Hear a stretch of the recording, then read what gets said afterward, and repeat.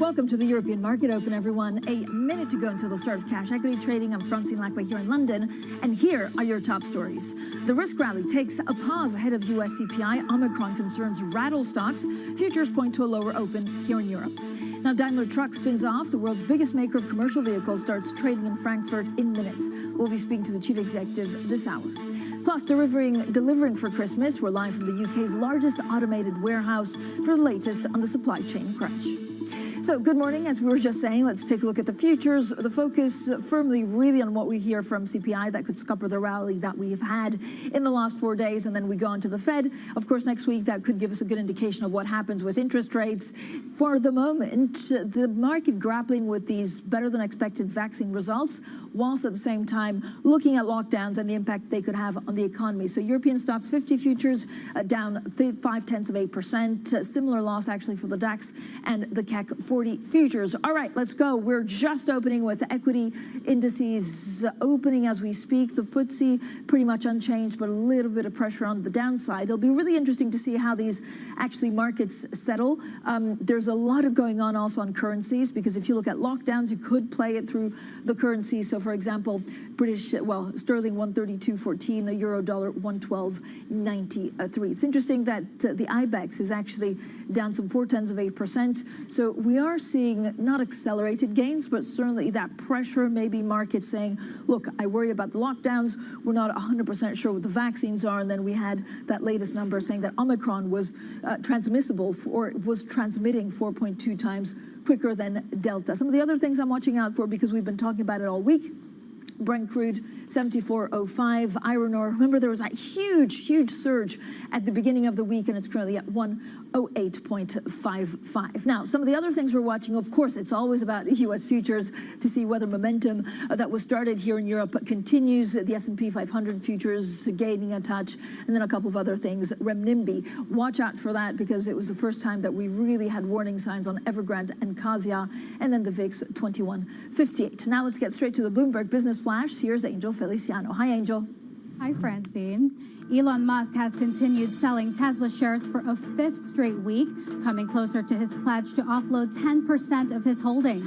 The billionaire founder sold another 934,000 shares for close to $1 billion to pay for taxes on the exercise of more than 2 million options. This according to regulatory filings submitted on Thursday. They're crunchy, nutritious, and now set to hit dinner plates and supermarket aisles. 3 types of insects, crickets, mealworms, and grasshoppers, have just been certified as food fit for human consumption by the European Union. The bugs may not be the last to gain approval. The Commission says they're weighing applications for 9 other types of insects. And Starbucks employees at one of 2 New York restaurants have voted 19-8 in favor of unionization. It's the first such union foothold among the chain's thousands of corporate-run stores. The victory underscores the renewed strength of U.S. workers as they capitalize on a tight labor market to push for better pay and working conditions. And that's your Bloomberg Business Flash. Francine? Thank you so much, Angel Feliciano, here in London with me. Now, let's talk about the market action. Joining us now is our markets live editor, Eddie van der Walt. He always makes things fun. He always demands we talk also about Bitcoin. So, Eddie, thank you so much for coming on. So, first of all, it's unclear what the market is worried about today, whether it's the fact that it's, that Omicron passes about so much, or whether they're worried about hospitalizations and how they're interpreting vaccines. Yeah, absolutely. There's so much to choose from, to be worried about, right? I think the market, as you say, Omicron is still out there. It's still an unknown. We don't know how much this is going to affect markets. At the same time, supply chains are still disrupted, right? We don't know how this is going to play out. And I know, there's plenty to be worried about on that front. And then the inflation debate, of course, which we'll get a lot of color on today. The inflation keeps heating up. Now, will policymakers respond robustly? We don't know. So there's a lot of unknowns out there. Now, we had a good week so far this week, and I think markets are just taking. Yeah, I think markets are just taking stock a little bit. Yeah, so we did have the rally, and it's always important to put that into context. And one of the points that you were making is that this inflation figures from the U.S. could actually be backward-looking because since we've had Omicron. Yeah, absolutely. So I think the market will look at this and say, okay, well, this is pre-Omicron. Now we're starting to see disruption again. We see it starting to places close down. How is that going to be, feed into the inflation debate? There is this argument that says all of the data that we get now is a bit like February of last year, where we knew there was a virus coming. We didn't know how much it was going to impact markets. At the same time, we have had mention from policymakers post-Omicron where they said, look, inflation is or rather, Powell said, let's drop transitory. So I don't think the debate has changed very much. But so we're going to see a lot of volatility. So there's basically, I guess, two data points away from Omicron. It's inflation in the U.S. today, and then the Fed next week. Are we going to see possibly a lot of volatility, by the time we get to the Fed? I think so. I think at the moment the market is really struggling to pick a direction, right? We're sitting near the record highs again in the stock market. Now, do we push on from there, or do we kind of bob along at these levels? And I think it's the latter, because I think we just have too much uncertainty going into the end of the year. Eddie, Bitcoin, your favorite. I knew you wanted to talk about it, and it moved, knowing you were coming on. Right. So Bitcoin, it ties into the inflation debate, because there's a lot of people who say, look, I buy Bitcoin because I'm worried about the devaluation of the dollar and all of those things. But when you look at it statistically, it just doesn't bear out. It doesn't, when you see inflation heating up, you don't see Bitcoin rallying. In fact, Bitcoin's more correlated with tech stocks, which suggests that if we see tighter policy and higher inflation, that we're going to see lower Bitcoin prices. So for the moment, Bitcoin really isn't that inflation hedge that people are hoping it will be. I mean, I kind of, my heart sank a little bit when you see Cathie Wood saying, I'm doing some soul searching. Because you kind of think, well, if she is, how many other people need to be? I mean, do you see that impacting a lot of other kind of funds? I think some of the trades that have been so successful this year, I think there's going to be a lot of investors that are going to say to themselves, retail investors included, right? They're going to say to themselves, can we keep on winning, right? Is this going to continue forever? Or is next year going to be a little bit more difficult? Oil, it's kind of moving sideways. Oil is moving sideways, and it feeds again back into that inflation debate, because if we see higher oil prices, right, inflation can't resist it. But I think OPEC has shown us, over the last, at the last meeting and so on, they've left themselves room to pump if rallies, if we see strong rallies, and to take some oil off the table if we don't. So, I think the market could just see a steady oil price, which would at least bring some stability to the wider markets. Eddie, thank you so much. Never dull when Eddie van der Walt talks about the markets, and the markets are not dull either. He's from the MLive team. I urge everyone to go out and check out the wonderful blog that we have on the terminal and on our website. Also, Daimler Truck actually opening at around 28 euros in Frankfurt after the spin-off. A little bit later, we'll be speaking to the Chief Executive Officer of the company, Martin Daum. It's a good conversation on unlocking value and, of course, fuel. Coming up, we'll hear from our exclusive conversation with the Bank of America Chief Executive, Brian Moynihan. This is Bloomberg.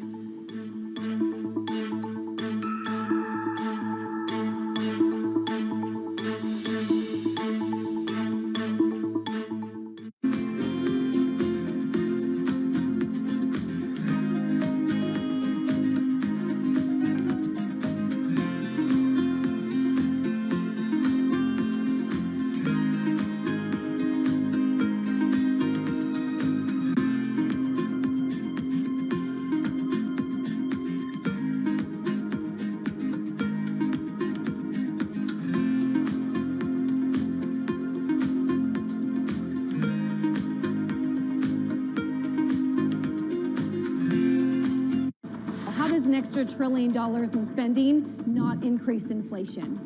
By increasing the productive capacity of this country. And that's a very important thing that we frankly have not successfully done across most of my lifetime. You know, I've been waiting for this legislation for months since I became Transportation Secretary, but various presidents have been hoping to reach this day for decades, and it hasn't happened for all kinds of reasons. The American public has been rightly impatient. Now we're getting it done, both making up for lost time and laying a better foundation for the future. Let me also point out to the fact that Part 2 of the President's agenda, what I like to call the big deal. But Part 2 of that, the Build Back Better Act, has even more that will help beat back inflation by lowering some of the costs that Americans feel most acutely, the cost of childcare, the cost of health care, the cost of housing, the cost of prescription drugs, bringing those down while also making sure that we ease some of those labor market issues we have by making it easier for working parents to afford to go back to work. How will pricing have to adjust or not as a result of your greener ambitions? We ran a big survey around 32 countries. More than 30,000 people took part. And as you say, there was a big gap in between people that were worried about climate and people that were taking action. Lots happening on Wall Street. It's the basic law of economics. The Fed is telling us this is transitory. Need to catch up? This is Bloomberg Wall Street Week. I'm David Weston. We've got the information and insights. David, you just hit the nail right on the head. From businesses most influential and instrumental. And that's the way you run good risk management. But we need to invest in our systems. Bloomberg Wall Street Week premieres Friday with replays all weekend on Bloomberg Television and Radio.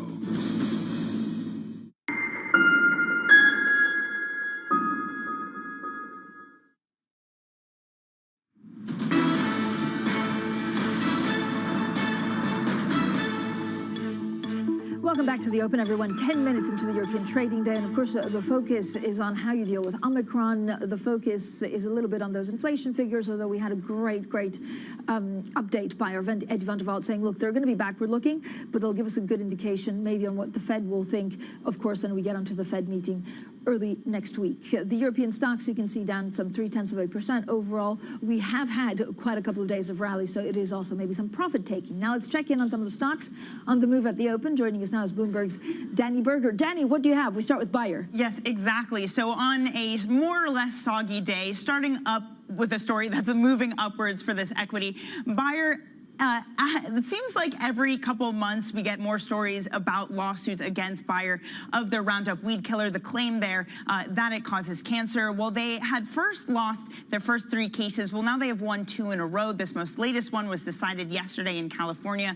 The jury rejecting a claim by a woman that Roundup caused her specific case of cancer. So we're looking at Bayer up about 1.7%. But the biggest gainer today is Swedish Match, up nearly 6%. So this is a company that makes cigarette-type products. It makes e-cigarettes and vaping products specifically. Now, over in the U.S. last night, as the Democrats in Congress try to hash out that Build Back Better plan, they've taken away a proposal of $9 billion worth of tax that they were going to take from vaping companies. So we're seeing a rally there with that relief of those tax proposals being taken out of the bill. Finally, I have Daimler up. You're going to see big losses in this stock. But really the reason for this is because Daimler Trucks has now spun out of the company, so the stock now has to readjust to no longer factor in the profits. The business is going to have a lower market cap now. For what it's worth, Daimler Trucks IPOing at 28 euros, now trading about IPOing, I should say, listing. It's not exactly an IPO, it's a spinoff.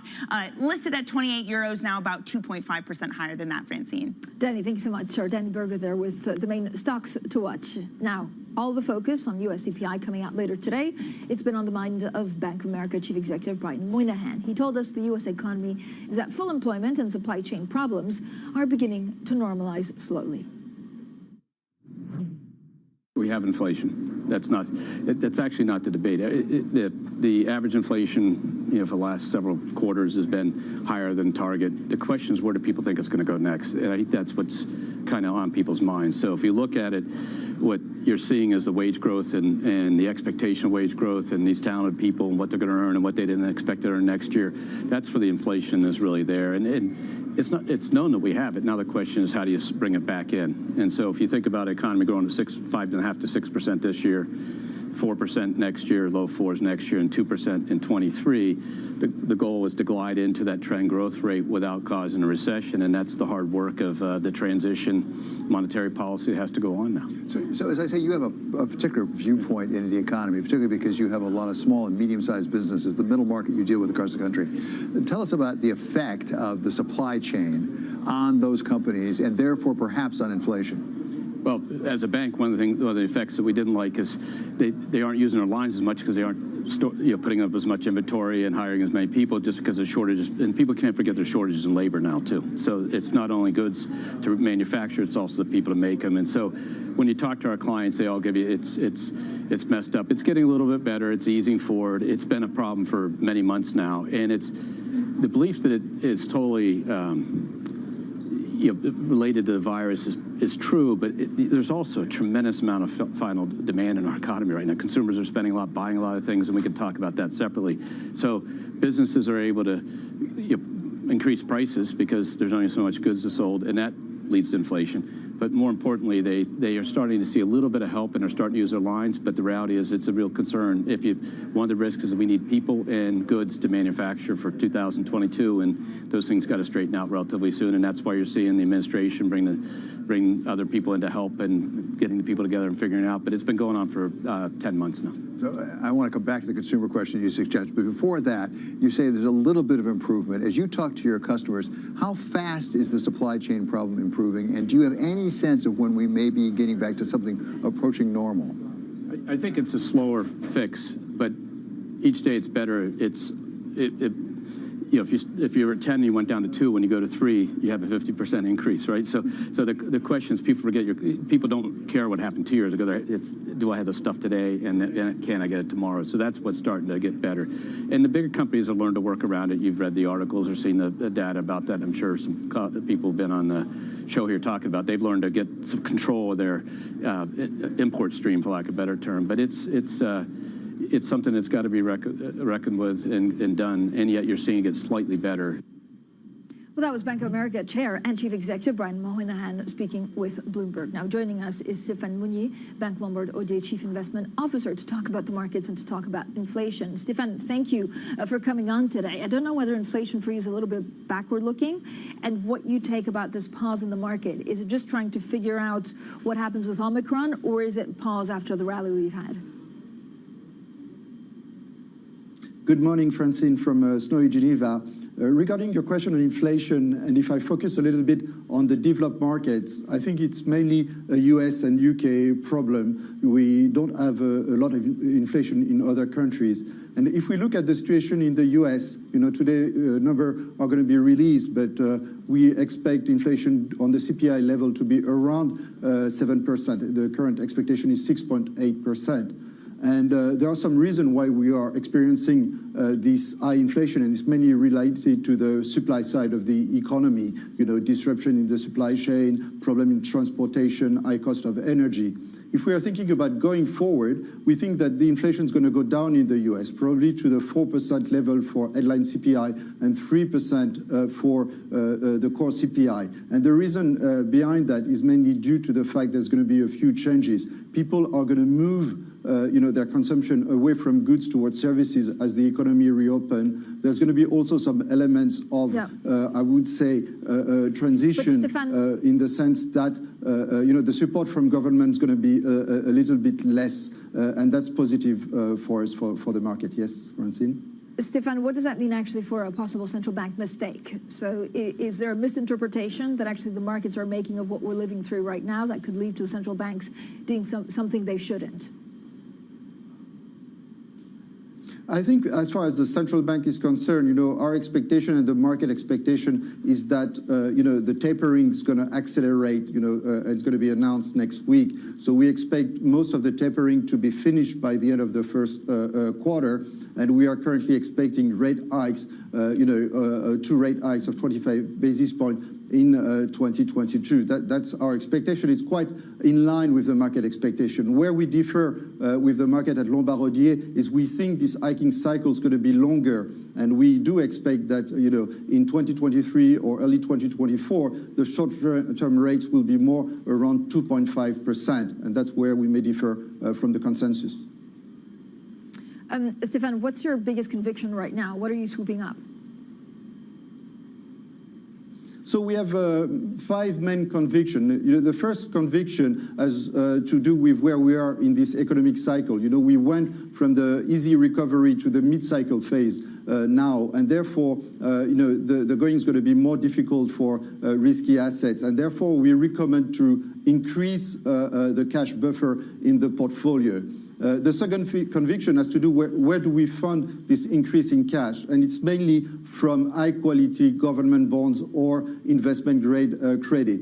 We remain overweight on equities with a preference for European equities, but also with a preference for value and cyclical styles. We don't really like gold because we think that real interest rates in the US are going to finally go up, and this is not good for gold. If you want to own, I would say, commodities to protect yourself from inflation, we think that industrial materials are much better. And then last but not least, on the currency side, we believe in a strong dollar, especially versus the euro. Stéphane, thank you so much. We'll come back to Stéphane Mounier there, Bank Lombard Odier Chief Investment Officer. He stays with us. We'll talk a little bit more about his biggest convictions. Now, coming up, we'll also be talking Tesla as Elon Musk trims his stake in the electric car maker for a 5th straight week. This is Bloomberg.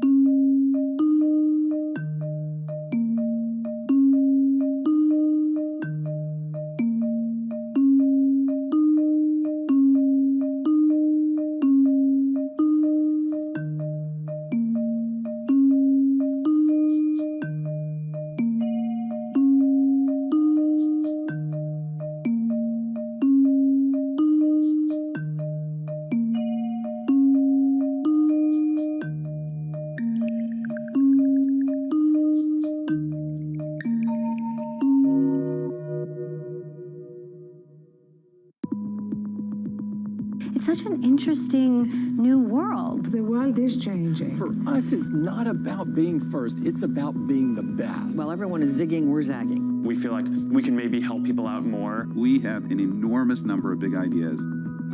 I don't think it's the great resignation. I think it's the great reshuffle, and people are reflecting on what do they want and how do they want to work and how do they want to live their lives.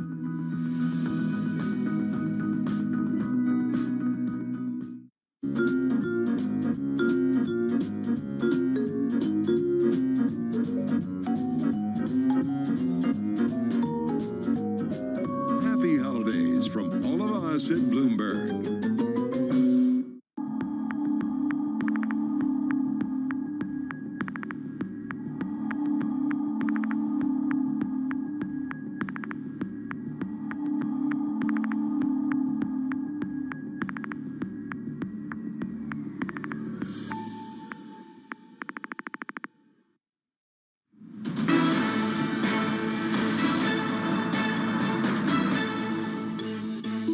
Welcome back to the Open, everyone. 22 minutes into the European trading day. And you can see we're actually accelerating some of the losses. The DAX, the CAC, and the FTSE down between 0.2 and 0.4%. A couple of things going on. First of all, we need to understand the linkage between vaccines and Omicron. And the market also had 3 out of 5 days where we saw a pretty significant rally. So there is maybe just a little bit of profit taking ahead of U.S. inflation data and then the Fed next week. Now, Elon Musk has carried on selling Tesla shares for a 5th straight week, approaching the 10% of his holdings he pledged to sell in November.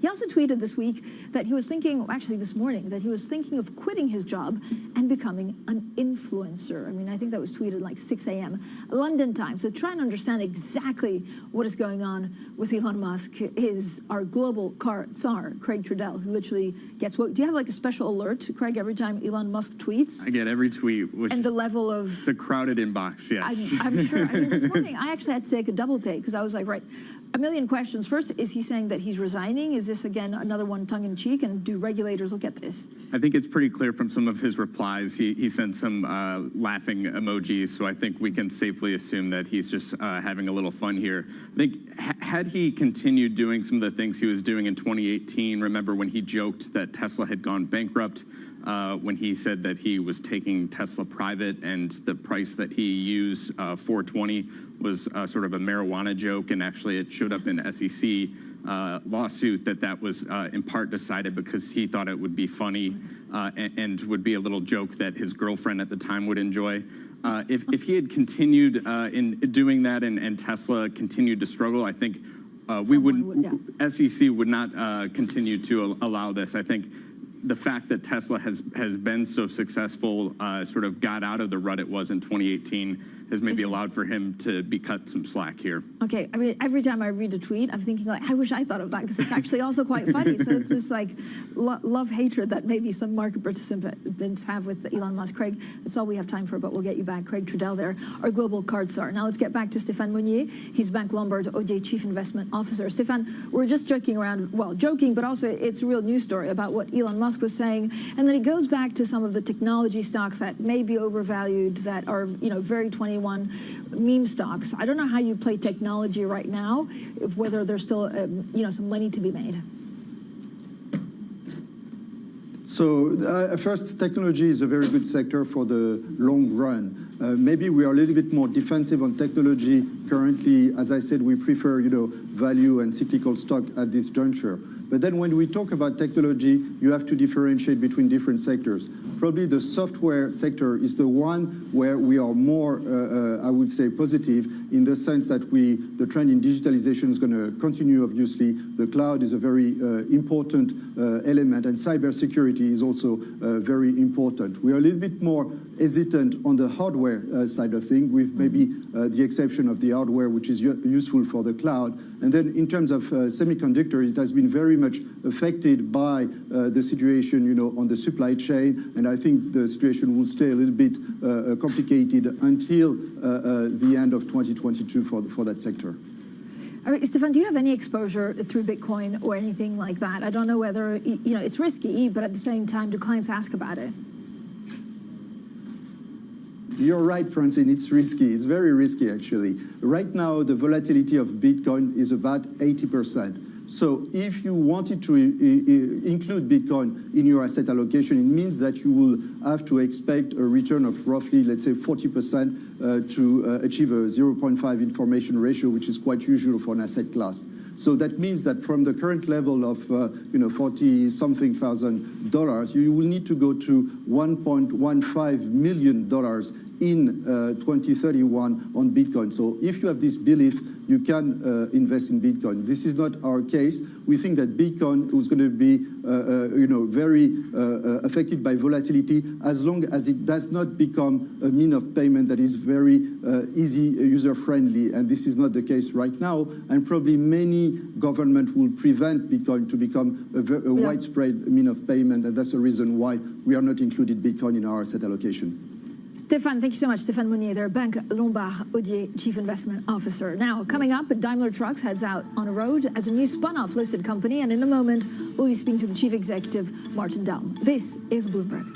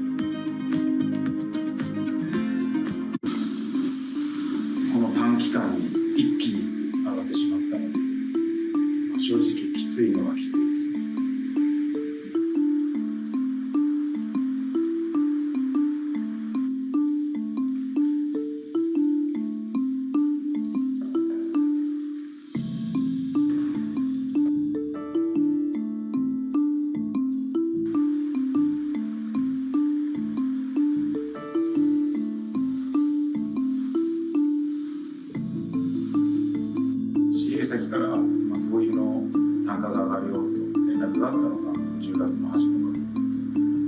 当初はこんなに上がると思ってなかったんですけど、初めに5円上がって、その先10円、でその次に3円上がった、でまた今日ちょうど2円上がったので、ここを1000とついでから20円ほど上がってしまったんです。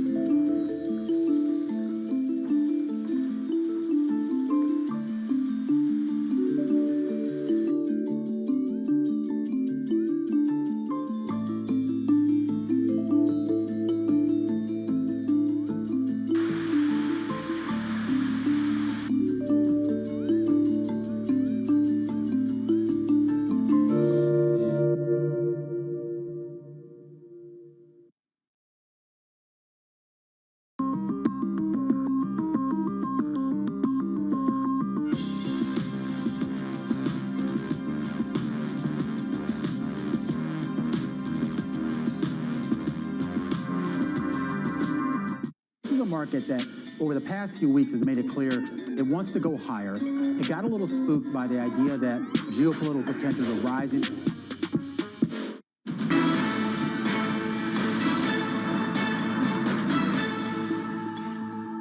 Welcome back to The Open, everyone. We're 30 minutes into the European trading day. Here are your top stories. The risk rally takes a pause ahead of U.S. CPI. Omicron concerns rattle global markets.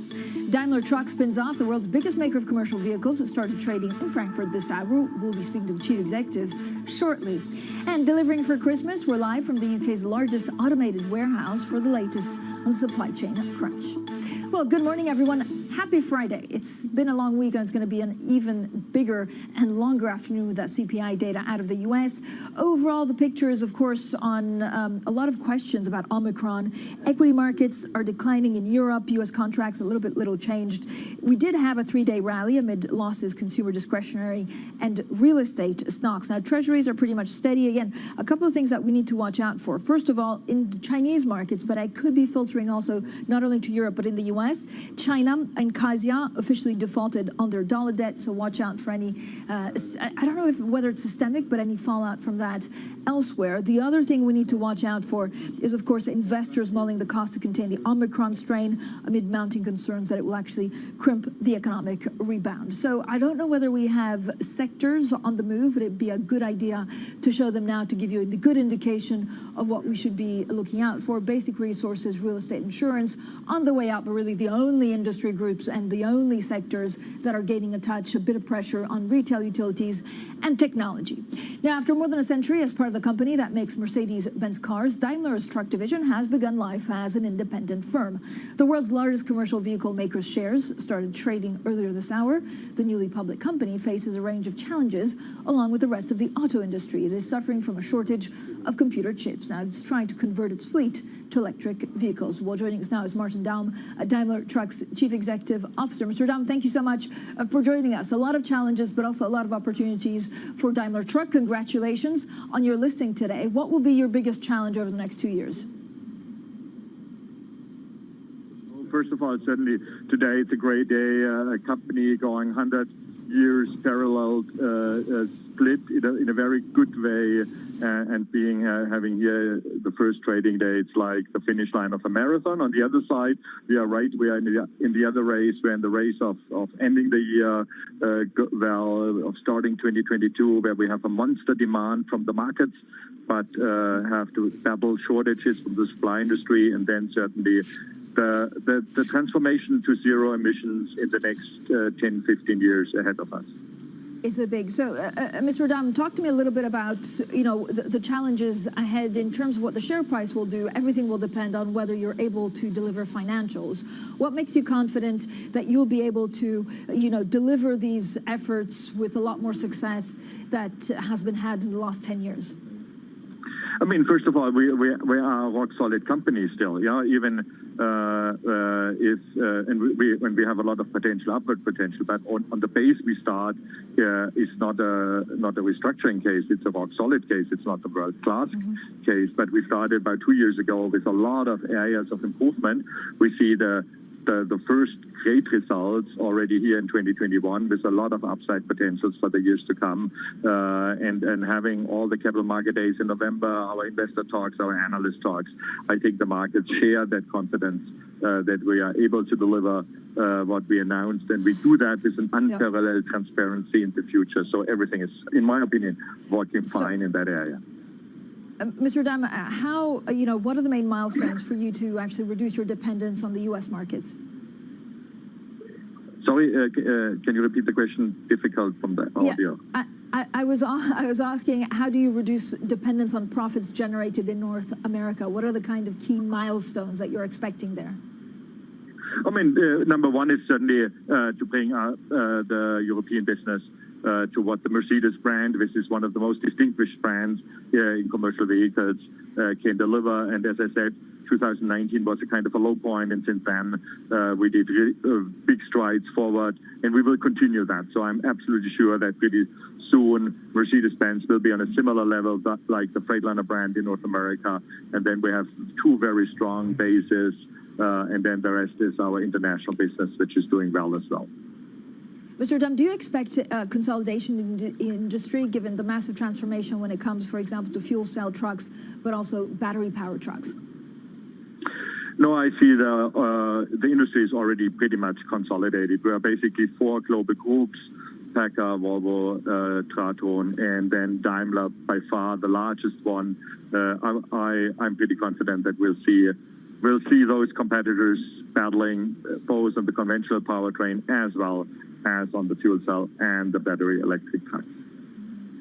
When are you expecting the first full autonomous Daimler truck on the road? Good question. Stay tuned.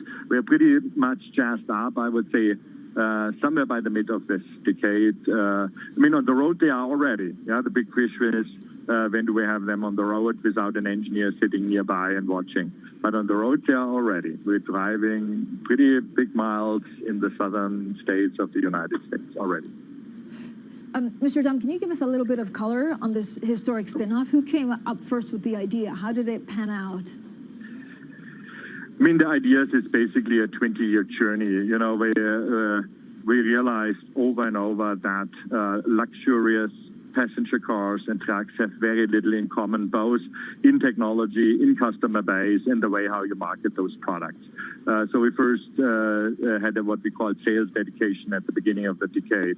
About 4 years ago, we started to split legally the companies, which was in Europe quite an undertaking because we were going 100 years in one single company. And there are a lot of things, nitty-gritty stuff, which had to be solved and resolved. And then about a year ago, we had the first ideas, and then in February, our supervisory board gave us a green light. And then basically the marathon started in February, ending today after nearly 10 months of intense work of hundreds of people to make everything possible and happening.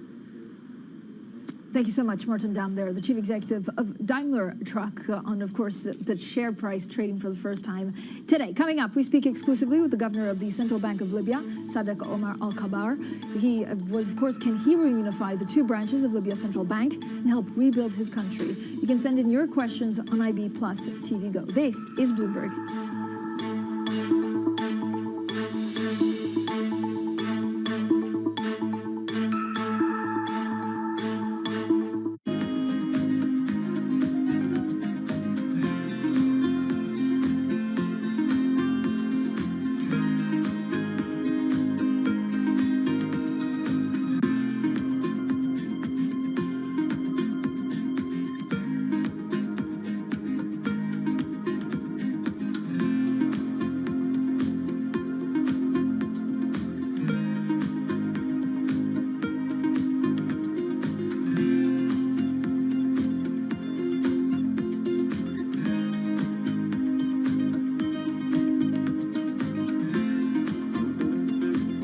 What do we know and what don't we know? Because there's a lot of speculation, a lot of anecdotes circulating right now. Omicron definitely has the characteristics to create us concern for many reasons. But also we have been preparing for a moment like that for months right now. And I feel comfortable that the playbook will work. So what is the playbook? One, it is to understand more about this virus. The second, of course, will be to protect against infections. And the third is to treat. Let's take it one after the other to understand. I think there are a few things that are not very clear yet with Omicron. One, it is the clinical manifestation of this new variant.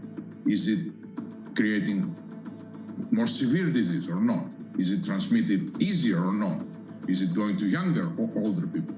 All of these are things that, as we see clinical cases coming out and the numbers are getting bigger, that's something that we will know in a few weeks. For breaking news, the world turns to Bloomberg. Big news, the United Arab Emirates will switch its weekend to Saturday and Sunday. The UAE is breaking rank with the rest of the Gulf region. Now we are aligned with the world economies. The working week will be 4.5 days, with Friday, a holy day in Islam, being a half day. Positioning itself as being an international hub. I haven't once seen this as a gap or a concern by international investors. The interesting thing will be to see how the private sector does respond. The power of Bloomberg. I think what we've seen during this period of time is that communicating via video is not a fad. We are using it in all aspects of our lives, for work, for learning, for communicating, for staying in touch.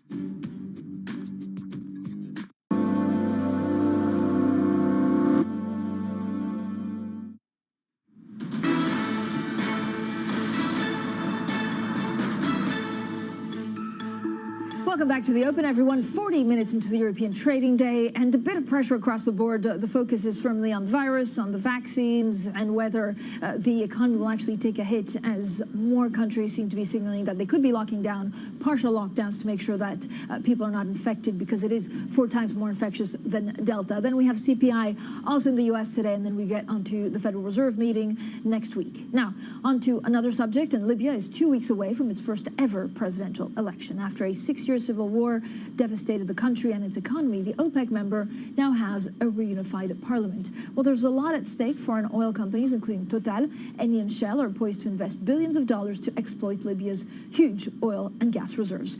It could also be a future solar power exporter. Well, one institution that remains divided since the war ended last year is a central bank. Reunifying Libya's monetary policy has been a key challenge, and I'm delighted to be joined today by Sadek Al-Kaber, the governor of the Central Bank of Libya. So, Governor, thank you so much for joining us on Bloomberg today. First of all, give me a sense of what these elections mean. Elections on December 24th. What does it mean for the economy? I mean, it means a lot for Libya and Libyan people, and we hope that it goes, in the right direction. And in any way, the central bank will deal with the outcome of the election in any way.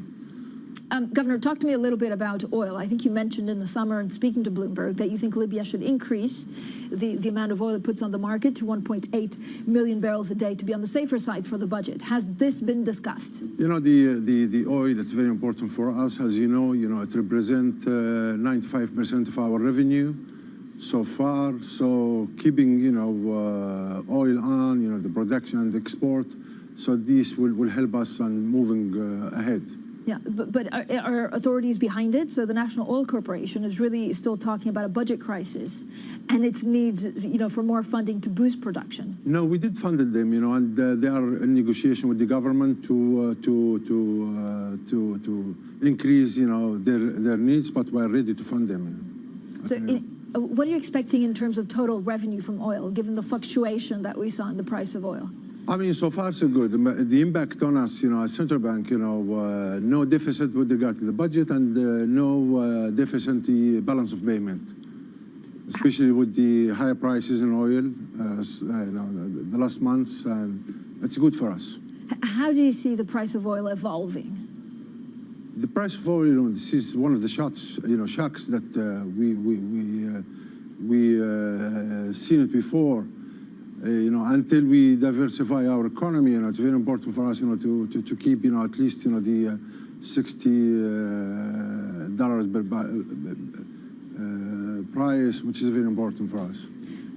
Governor, in general, we're talking about Omicron, the virus, how much it will hit demand for oil, what kind of economies we'll be dealing with. What's your main concern in this juncture in the economy? Definitely, the corona.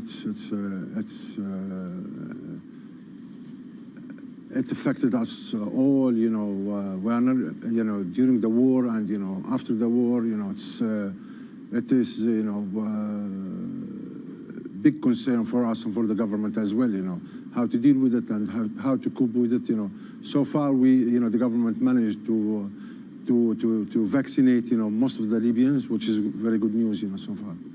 Governor, we're also talking about the reunification of the central bank, right? This week was an important step towards that. When do you think it will happen? So the unification is very important for us, as you know, it's good news for CBL, and good news for Libya and the Libyan people. And we asked Deloitte to be as our advisor for unification.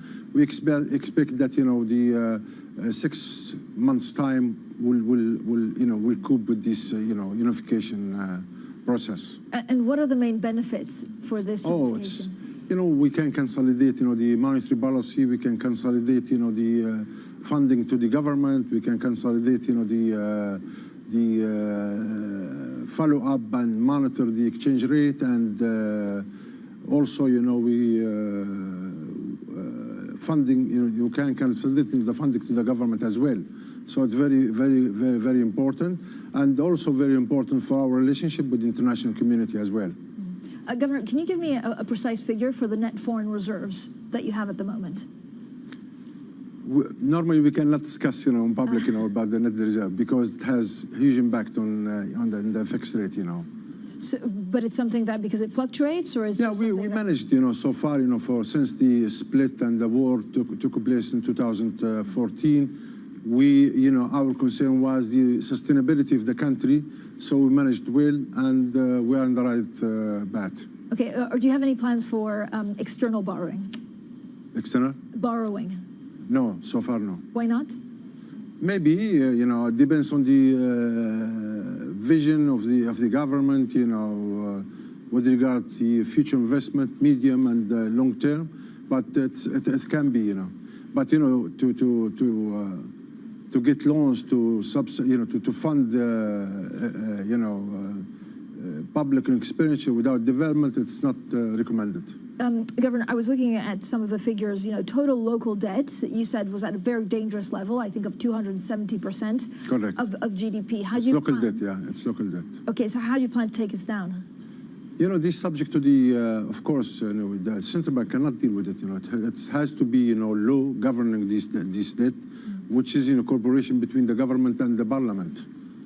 And we are ready to help and support in that regard. Governor, oil is, of course, the main earner for Libya. How do you think the country will need to diversify as we get into the next couple of decades? You see the problem of Libya, that, the distortion of the economy.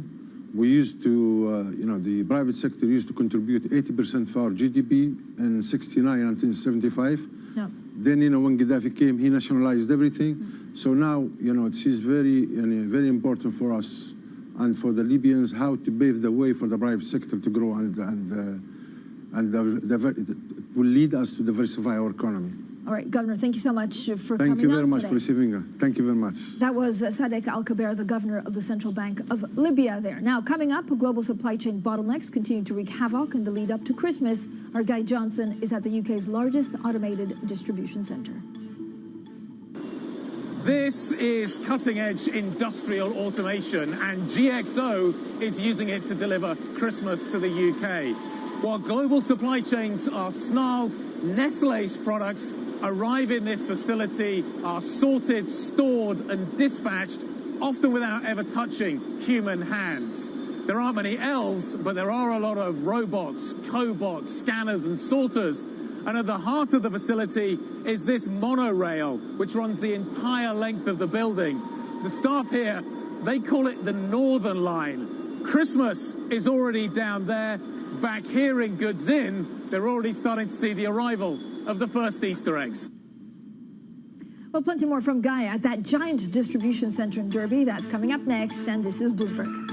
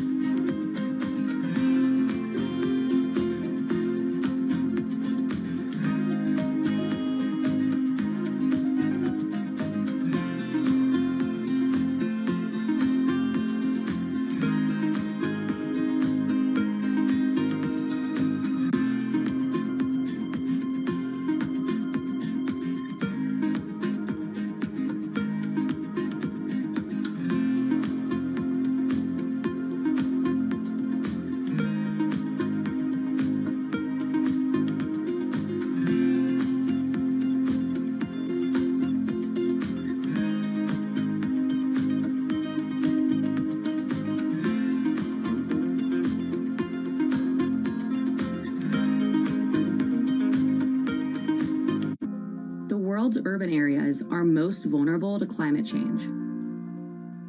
Cities consume 78% of the world's energy, while also generating 60% of greenhouse gas emissions. By the year 2100, 85% of the world's population is expected to live in cities. 90% of all urban areas are coastal. And with sea levels rising, 800 million residents are likely to be affected. 1.9 degrees to 4.4 degrees Celsius is the projected increase in urban temperatures around the world by year 2100. By 2050, 1.6 billion people are projected to be vulnerable to chronic extreme heat.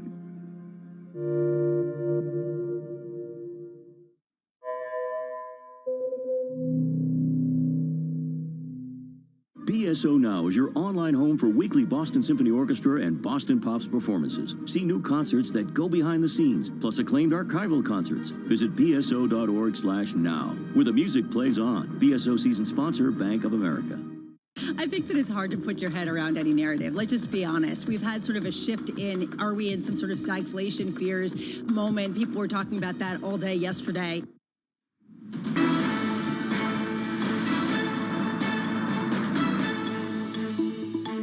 Welcome back to the Open, everyone. 50 minutes into the European trading day, and you can see we're actually settling into some of the losses with the European stock 600 overall 0.3% down.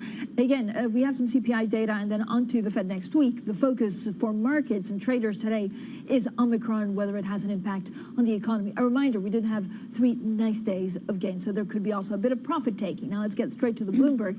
First word news, here's Angel Feliciano. Hi, Angel. Hi, Francine. President Biden has underscored U.S. support for Ukraine in its standoff with Russia during a phone call with President Vladimir Zelensky, which lasted more than an hour. The U.S. president reaffirming Russian aggression would be met with unprecedented economic penalties. He also pledged not to hold talks about Ukraine without the country present. In Singapore, 2 residents may have caught the Omicron variant even after receiving COVID-19 booster shots. The positive tests are the first of the variant in the city-state. China, meanwhile, has reported 37 locally transmitted cases as the country's latest COVID outbreak persists. U.S. Commerce Secretary Gina Raimondo says legislation to spur domestic chip manufacture needs to ensure funds don't go towards production in China. Speaking to Bloomberg, she urged Congress to pass the bill as soon as possible. If it can't be done before Christmas, it has to be done in January, because the consequences of not fixing this problem long run are really quite devastating to our economy and our national security. They're crunchy, nutritious, and now set to hit dinner plates and supermarket aisles. 3 types of insects, crickets, mealworms, and grasshoppers, have just been certified as food fit for human consumption by the European Union. The bugs may not be the last to gain approval. The Commission says they're weighing applications for 9 other types of insects. Global news 24 hours a day, on air and on Bloomberg Quick Take. Powered by more than 2,700 journalists and analysts in more than 120 countries. This is Bloomberg. Francine. Angel, I don't know about that. I mean, I have 2 very excited boys who definitely eat cicadas and crickets. I'm not sure I would. You'd have to pay me first, or they'd have to be really good for your microbiome. Yeah, I mean, I haven't tried insects before, but... Okay, maybe we do it for January 2022, Angel. Definitely. That's like our goal. There you go. Angel Feliciano in London. Now, COVID and labor shortages continue to wreak havoc on global supply chains in the lead up to Christmas. Here in the UK, the country's largest automated warehouse is working flat out to tackle peak holiday demand. Well, Bloomberg's Guy Johnson is at the GXO Nestle Distribution Center in Derby. Guy, good morning. I have to say the high-vis suits you well. How does this place compare to your average fulfillment center? Well, I think first thing to say, Francine, is there's no bugs here. There's no bug food here, so you'll be relieved about that. There is an awful lot of Nestle chocolate. There is an awful lot of coffee, Maggi noodles. In fact, this facility can hold 115,000 pallets worth of food. So yeah, I think you'll be relieved to hear that they're not that advanced yet, but it is in terms of the automation incredibly advanced. Basically, at the other end of the building, we've got pallets of food being unloaded, pallets of coffee being unloaded, pallets of chocolate being unloaded. It's then sorted, stored, and distributed throughout the site, and it then comes back down on the monorail and is then sent back out again. I've been watching this. It's mesmerizing to watch, Francine, I have to say. And often this stuff comes in and never touches human hands. So in terms of the step change in logistics, this is a really big step forward. It's relatively easy to do with pallet loads of food. It's less easy to do with apparel. For instance, GXO runs sites for companies like Hennes and Mauritz. So when you're dealing with clothes, it's a little more difficult. But this is definitely going to be the future in terms of how the logistics industry steps up and deals with the supply chain crunches that we're seeing all the way around the world. Francine? Guy, inflation numbers out later today in the U.S. Our supply chain bottlenecks, are key drivers. What's the state of the sector overall? Clearly, as we've been through COVID, the pandemic, the supply chain crunch that has resulted from it, both in terms of the supply chain story and also the demand story, there is clearly huge amounts of interest in people shopping from home. E-commerce is absolutely booming at the moment. So as we go less to stores and have more stuff delivered at home, you are going to see more and more sites like this stepping up. I drove up the M1 to get here. It is just wall-to-wall distribution sites and logistics sites.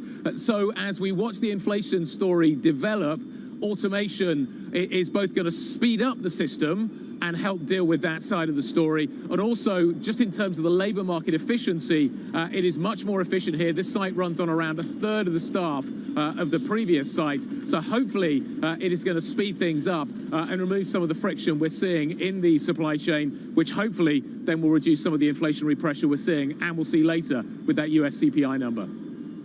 Yeah, Guy, thank you so much. Bloomberg's Guy Johnson there, live at the GXO Nestle Distribution Center in Derby. I could listen to Guy all day talking about some of the automation and some of the really cool things that he's seeing. Guy will be there all day with more interviews from those on the front line of the supply chain. Don't miss our conversation also with the Nestle UK head of logistics, Richard Hastings. That will be on Bloomberg Surveillance. Well, that's it for the European Market Open. Surveillance Early Edition is up next. If you look at the market, the focus firmly on the downside. This is because of the pressure that we're seeing not only from Omicron, but seeing whether vaccines really work against this. Remember, then we have CPI in the US today, and then next week it's the Fed. This is Bloomberg.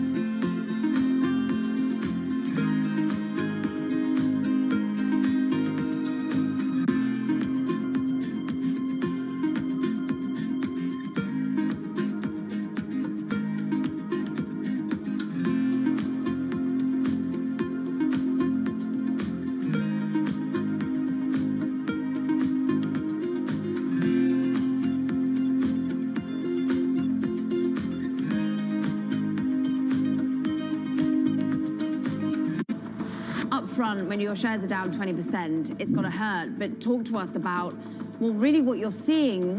Take us more forward-looking. Are you worried about people exiting pandemic era and going back to the gym, or are we going to work out at home more? Well, that's actually the advantage that Beachbody has is we have never been a direct competitor with the gym. In fact, what we rely on is our ability to influence the 150 million people in North America specifically who are overweight or obese and haven't made that choice yet. Our job is to influence them with great content and this combination of what we call the total solution: fitness, nutrition, and community, so that they can tap into this incredibly cost-effective solution that is entertaining and engaging right at home so that they get results. That's our job, is to help the new person engage in healthy lifestyles. Bloomberg has enhanced search on the terminal to deliver what you need when you need it. Now, you can simply type phrases in everyday English in the command line. Compare financials. Find people. Analyze markets. You can enter phrases or ask questions. What do you want to know today? Ask a question or visit SearchGo to find answers now.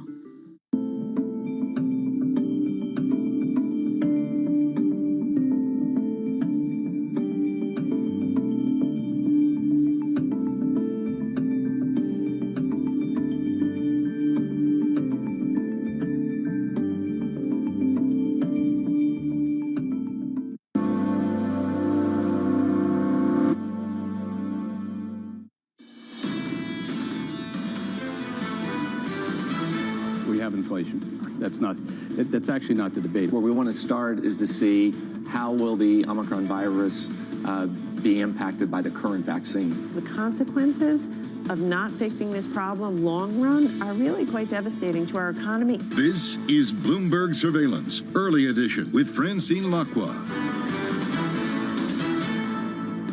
Well, good morning, everyone, and welcome to Bloomberg Surveillance Early Edition. Happy Friday. I'm Francine Lacqua here in London, and here's what's coming up on today's program.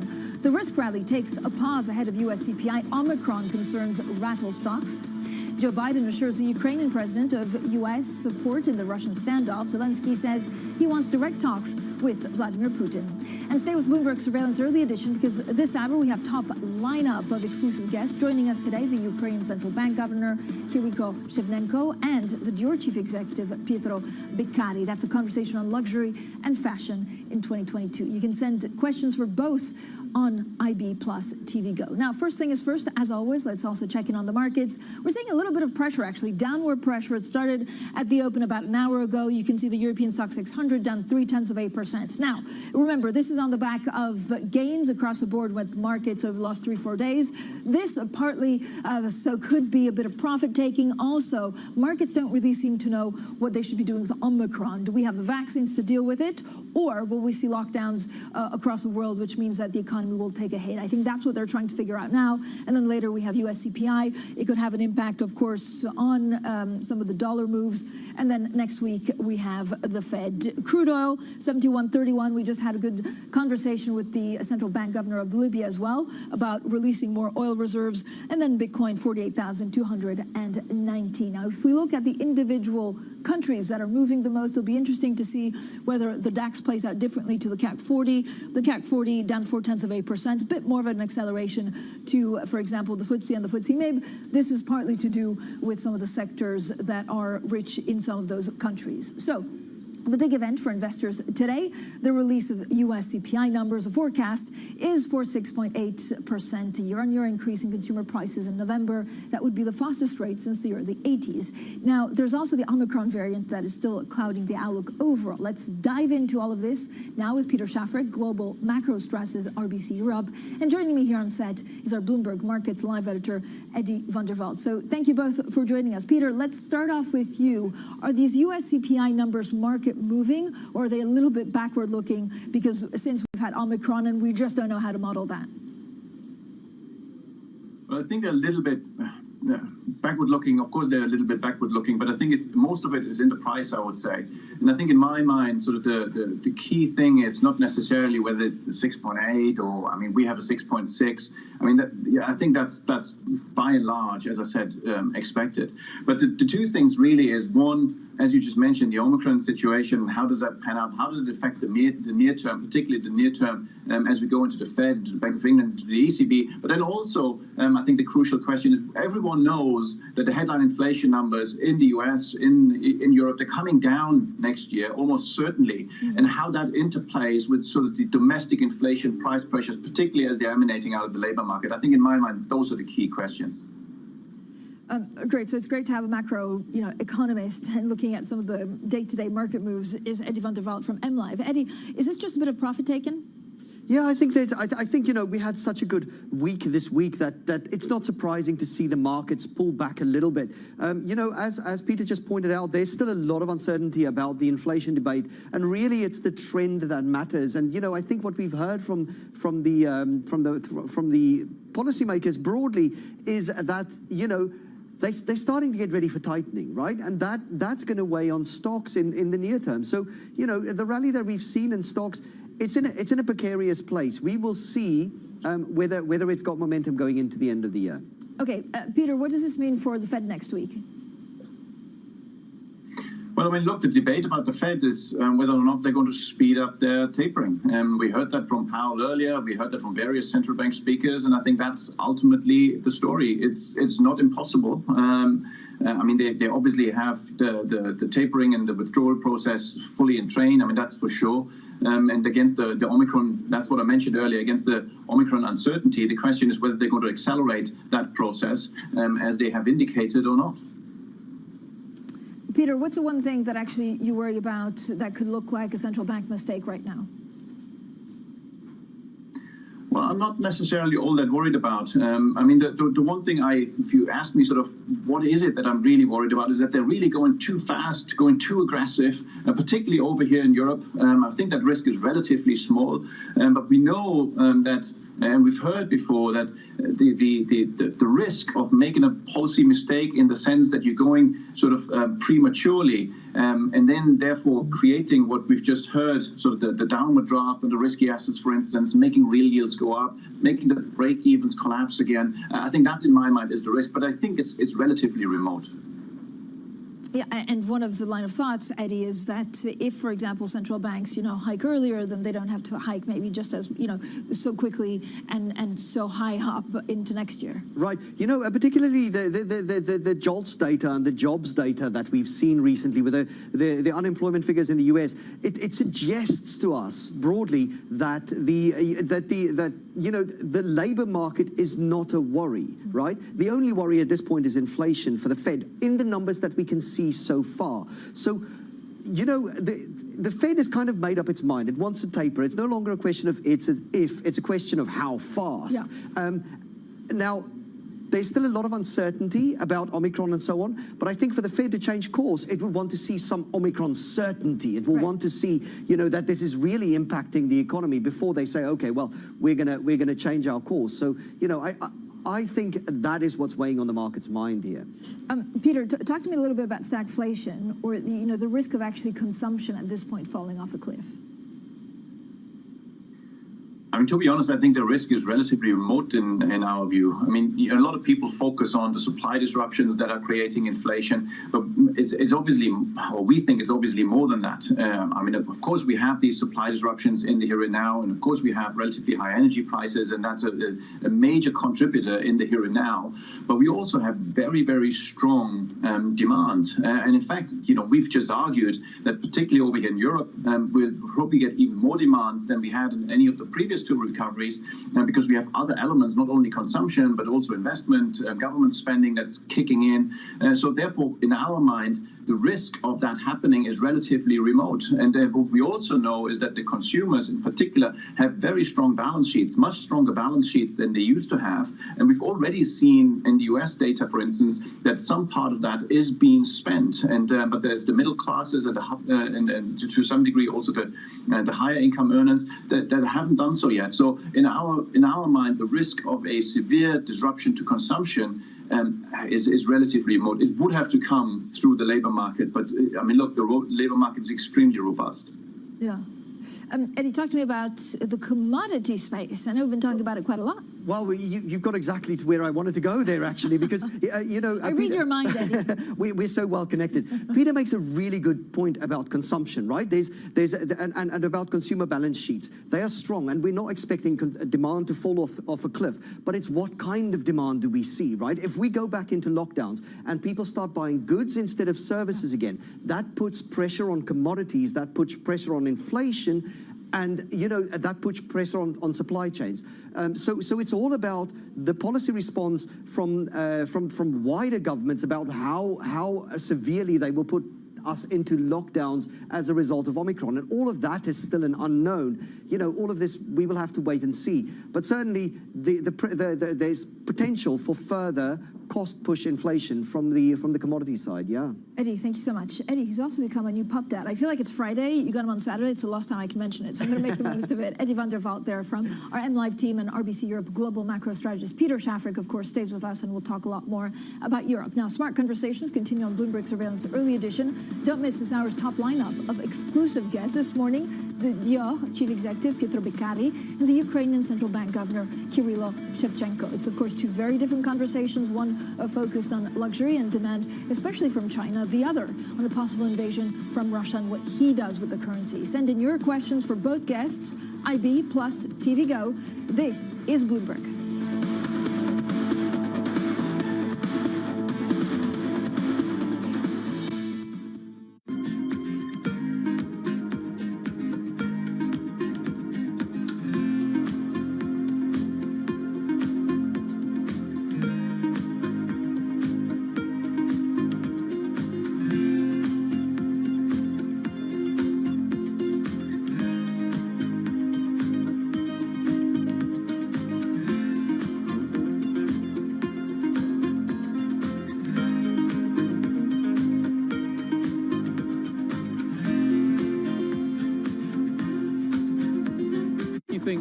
Competition is going to look like? Do you think there is going to be a price war? As you say, the fares are available now. You're suggesting they may not be there for forever, but nevertheless, talk to me about what you think the competitive landscape is going to look like here. We've seen a bit of departures in this market, and this market has three very strong joint ventures that compete head-to-head daily to win the hearts and minds of consumers and businesses in the United Kingdom. So I don't see a difference in the competition. I think we've all focused on Heathrow as the major hub in the United Kingdom, connecting, of course, the U.S., New York, Los Angeles, and other locations. So I see this as a continuation of competition. We've been waiting for the day that we can compete strongly in the marketplace after such a long period of time where it's only been one directional traffic from the U.S. to the U.K., and now it's open, of course, to U.K. nationals. You mentioned Heathrow. What about Gatwick? We made a very tough decision in March of last year to really focus our efforts at Heathrow. Access the financial world on demand. Hear from leading economists, policymakers, and industry experts via live and on-demand webinars, only from Bloomberg. Start exploring to see what's moving the markets. Visit Bloomberg.com/webinars.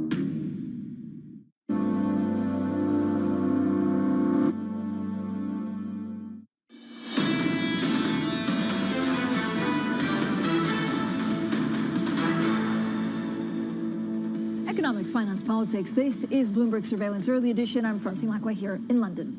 Now, this is what the markets are telling us today. They're not sure how to deal with Omicron. They're not 100% sure what to do with vaccinations, but they did also have a good run in terms of that rally, so maybe it is a little bit of profit taking. Now, let's get back to RBC Europe's global macro strategist, Peter Shafrick. Peter, I want to talk about China, and we need to talk also about Europe. Is Europe stable as they go? We have, for example, a new German government. We saw Mr. Olaf Scholz being sworn in yesterday. The big question is what happens at the ECB level. But could we see Europe at the brink into 2022, or is it going to be the year where they come on their own? Well, I mean, look, we are very optimistic when it comes to Europe, and we've just published our outlook for next year. And we think next year is going to be a transition year into what we reckon is going to be a much more durable, a much more consistent, and a much more shock-proof recovery going forward. I was alluding to it earlier. When you think about the last two recessions, subsequent recoveries that we had, it was basically driven by consumption and consumption only. And what was absent was investment by corporations, it was government spending, I mean, the whole sort of austerity debate, and neither of those things is present at the moment. So we reckon going forward, we'll have an economy that's not only firing on one cylinder, but most likely on all three or even four.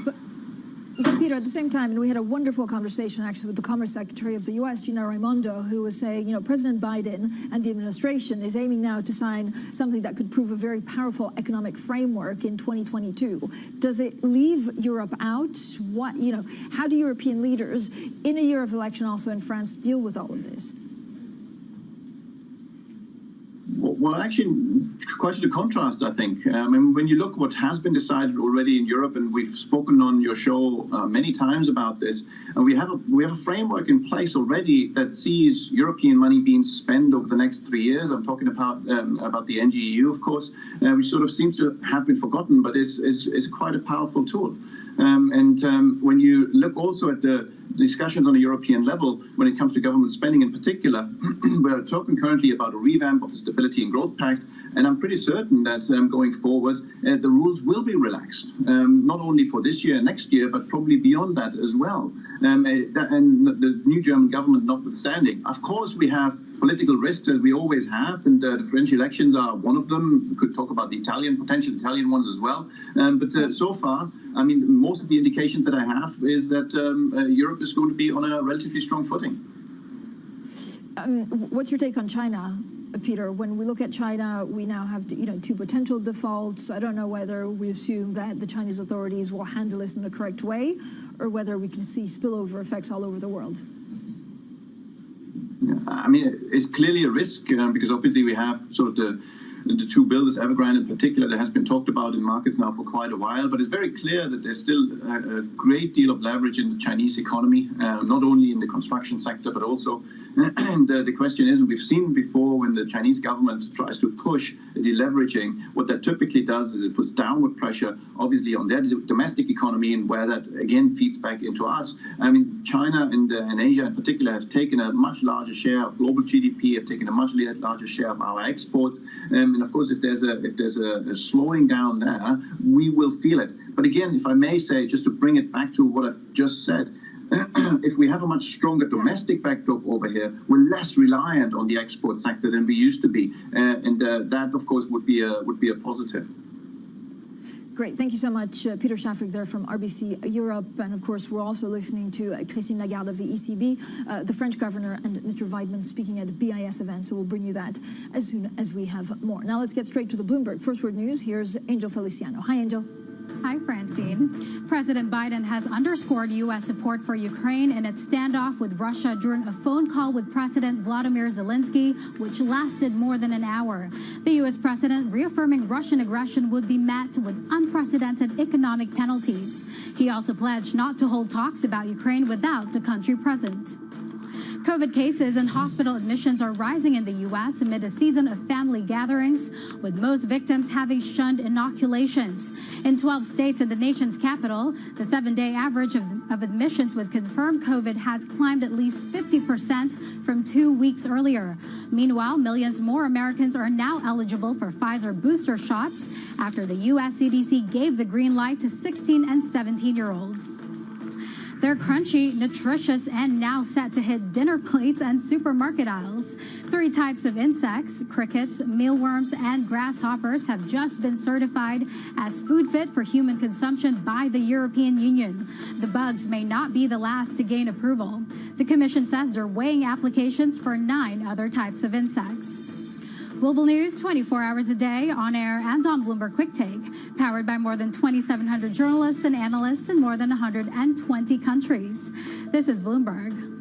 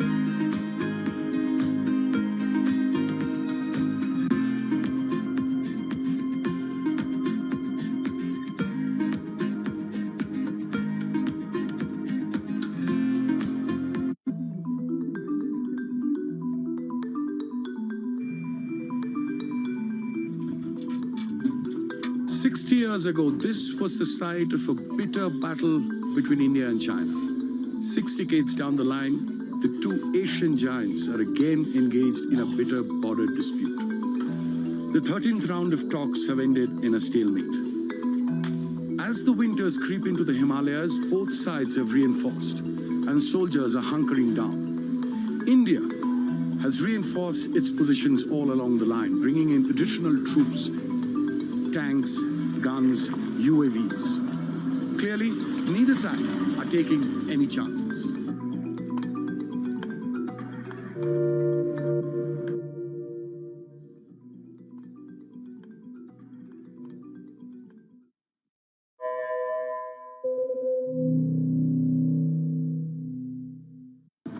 On the supply chain, are you starting to see things improve? And if you are, where specifically, sir? Well, this year we have been mostly affected by the semiconductor situation, and we believe that the Q3 was the quarter that was most effective. Crypto, you have a world of young people that want their own financial system and their own culture. And it is very powerful, and I'm a big believer in it. It's really a reminder, isn't it, just how sensitive the markets are to any commentary about trade. We did see some pressure on the yuan, we did see some pressure on the futures. That is now being reversed.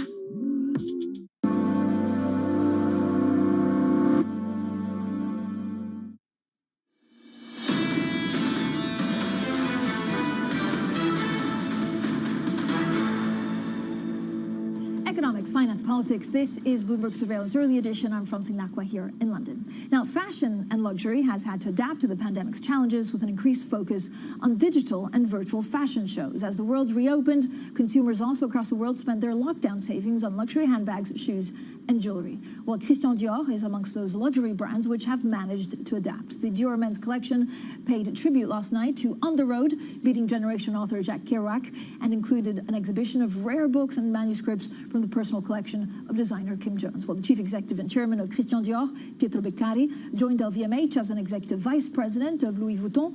Before becoming chairman and chief executive of Fendi, he served Dior as chief executive since 2018 and is also a member of the LVMH executive committee. He was in London last night for their 2022 collection show and joins me here this morning. So Pietro, always great to catch up and try and understand all the clever trends that you're playing into. Fantastic to be here. Thank you for having me this morning.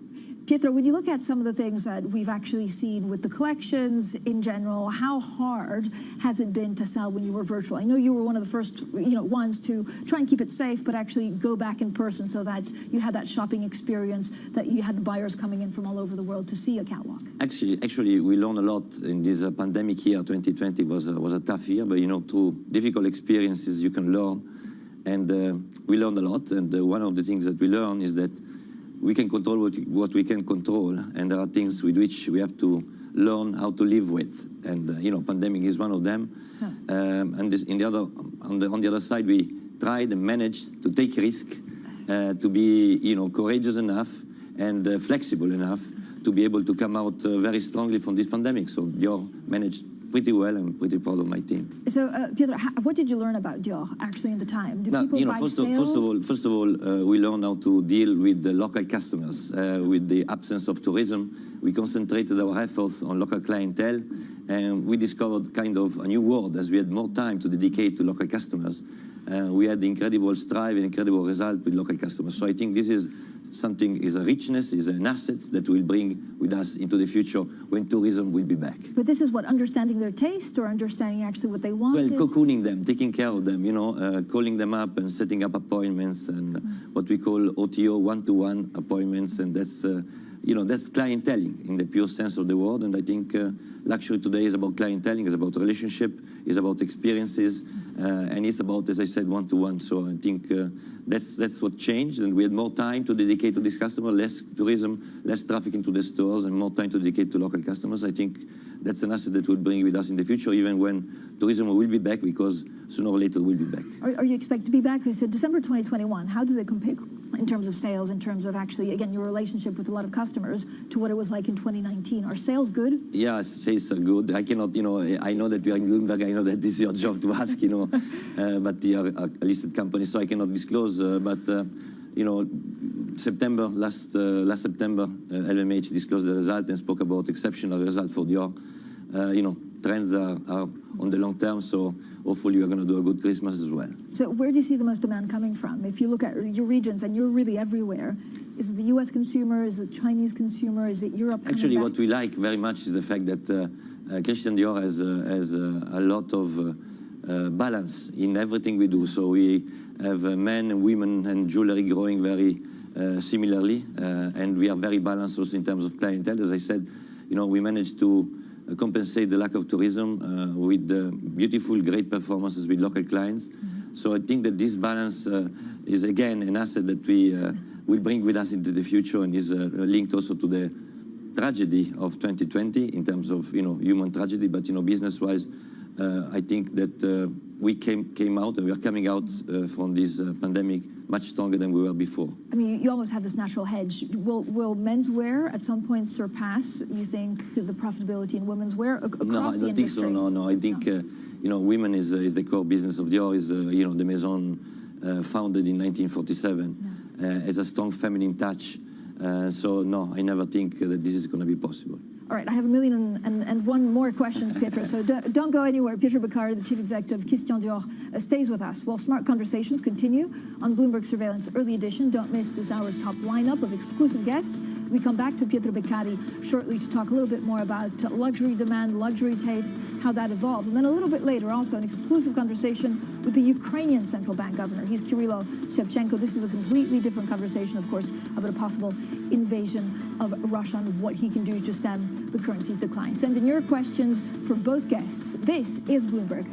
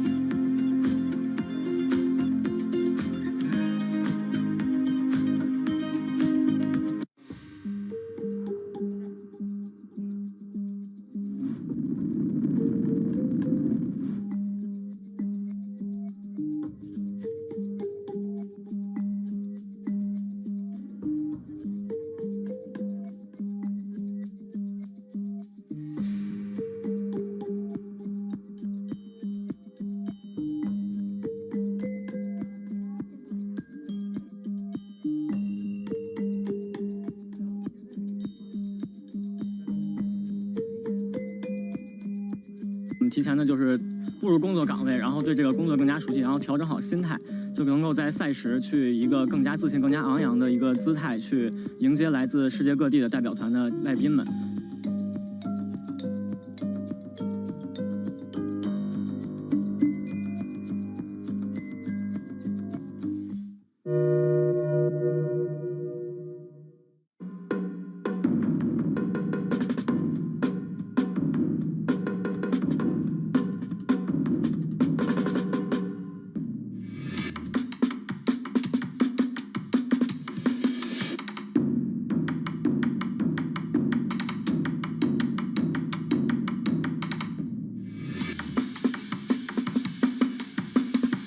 A lot of commercials seem pretty.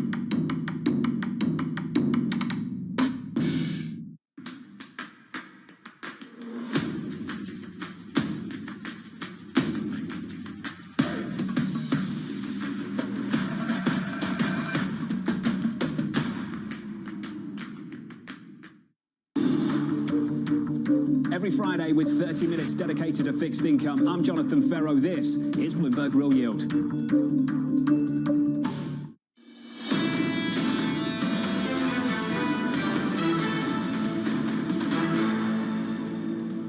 Your top stories this morning. The risk rally takes a pause ahead of U.S. inflation data. Omicron concerns rattle stocks. Joe Biden assures the Ukrainian president of U.S. support in the Russian standoff. Zelensky says he wants direct talks with Putin. And stay with Bloomberg Surveillance Early Edition. This hour, we have a top lineup of exclusive guests. Joining us today, the Ukrainian Central Bank Governor, Kirilo Shevchenko. We'll be talking about his currency. And then with a lot more on luxury and fashion, we'll still be joined by the Dior Chief Executive, Pietro Beccari. Send in your questions on IB Plus TV Go.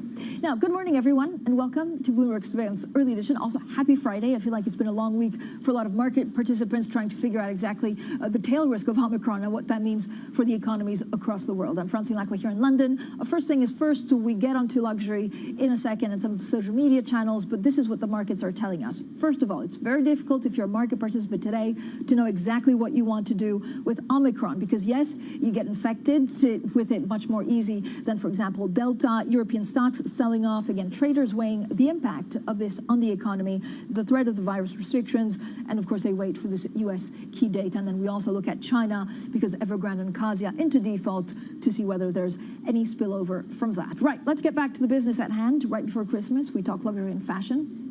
I love my job. Still with us is the Chief Executive of Christian Dior. He's Pietro Beccari. Pietro, thank you so much for staying with us. We were talking a little bit before about, some of the challenges, some of the opportunities, and how you've managed to, get back from the pandemic. How do you expect, the travel points and the tourisms to actually change the industry, if not forever, at least for the next 5 years? You mean tourism coming back, or the lack of tourism? Or actually the lack of tourism? Well, honestly, we keep investing in our brick and mortar stores, so we strongly believe in traffic coming back to Europe at one point in particular, and flow of tourism restarting. I'm optimistic by nature, and I think that if it's not at the end of next year, it's going to be at the end of the 2023, but tourism will be back, and we are preparing ourselves to welcome tourism back into our stores. Definitely, as I said before, we had a lot of learning, and we learn how to cocoon, treat, and increase our clienteling skills, and that is something that we'll bring with us. But I'm not concerned that tourism won't be back. I am maybe that's my personal opinion. But I think that tourism finally will be back. Pietro, psychologically, we were worried that people would not actually spend when things reopened, and it was very clear from the get-go. As soon as shops reopened, people had all of this money that they saved and said, I want to buy myself something nice. Is it more evident in China or in Asia than elsewhere in the world? No, I cannot say that. I cannot say that. In fact, my impression is that people want to pleasure themselves. They had a tough period behind them, and we still are living. We are in England here, we're talking about Omicron variant, etc. So I think, there is still this mood of wanting, a moment for yourself, a moment of pleasure. And I think luxury is nothing else but about emotions. And finally, you buy something because it gives you emotion, it makes you happy for that moment. And I think we don't sell things that people need to live, but we sell things that people need to live better, probably, or just enjoy a better life. So I guess that means also into foray into this parallel world called, the metaverse, the artificial, the artificial intelligence, all of this, even NFTs. How do you see that developing for the fashion world? Well, I think it's a very interesting development, and digital helped us a lot in this period of lockdown and closures. But I think that clients learn how to purchase online, but learn also how to prepare the purchase online and then go into the physical stores. When we talk about omni-channel and omni-canality, I think what we lived and what we are living, it's all about that. It's all about a really flawless passage between what's digital and what's brick and mortar. And I think that people that were not used to that, maybe probably people of our generation, Francine, they learn how to prepare their purchases online, how to use online, and then how to fix appointment and then go to the brick and mortar store. So I think this flow between what's real and what's digital, the metaverse, etc., are more and more part of our world and will be even stronger in the future. Pietro, is luxury and luxury items actually, are they price sensitive? We've heard from a number of companies that they've been able to increase their prices quite significantly with no dent to demand. Well, I think it's all about inflation. You know, I saw your titles and inflation. We are waiting for today for the data in the US, but you know, it's everything costs more. You know, raw material costs more, transport costs more. So if you know, it's a must for us to increase prices in order to maintain profitability and to cover ourselves from this inflation, which is, you know, hitting every industry, not only the luxury industry. But again, the demand is very strong, and we are trying to catch up with a strong demand. Is the case for many branches into the luxury industry. And so far, as you said, we managed to have no impact on our profitability. Pietro, one of the other things that we try and figure out is exactly some of the regulatory or crackdown in China on luxury and celebrities, what that means for luxury companies. Have you seen an impact? How do you see that developing? I think that these richness redistribution policies will have an impact to favor the middle class. The middle class is huge and growing in China. I don't know how many million people access to middle class revenues every year, and that's our treasure for the future. So in fact, I think this mid-term or long-term, these policies will have a positive impact on luxury. And for the time being, we keep investing in China. We keep opening new cities. We opened last year Kunming, and we are opening second stores in cities like Dalian, in cities like Wuhan, sadly famous. So we believe in the future of China, and we keep investing over there. I mean, well, at some point, again, between the U.S. and China, will the U.S. consumer become, I mean, they're very powerful at the moment. It's the biggest luxury sector in the world. But will they, diminish as Asian economies power up ahead? Well, I don't think so. You know, what we saw in the U.S. is that is a very strong market for luxury, and in particular this year, the market is growing fantastic. So it's a nice race, and it's a nice race to watch. You know what I mean? So we are very well positioned in the east part of the world as well, and the west part of the world. And I think luxury being a world coverage for us, we see these two zones growing very fast and very profitably. So it's a nice period to watch. Pietro, you have two very fantastic designers, in charge of menswear and women's wear. Is there a general trend that we dress down? So it's working from home. It's people actually, don't always wear a double-breasted suit. Look at us, Francine. I think the trend that we are seeing in the last months is to dress up again. Okay. So we have strong demand for evening gowns, beautiful, elegant shoes, and I think it's in the last 7-8 months we saw an envy to go back and dress up and so it's pent-up demand. And look great, yeah. So as everything in life, there are cycles. Yeah. After the cycle of dressing down and being at home, and the envy not to be too much seen outside has given the place to now back again into parties, into showing off. Yeah, so you wouldn't do a Christmas jumper day. It's very UK. I need to explain to you exactly what that is.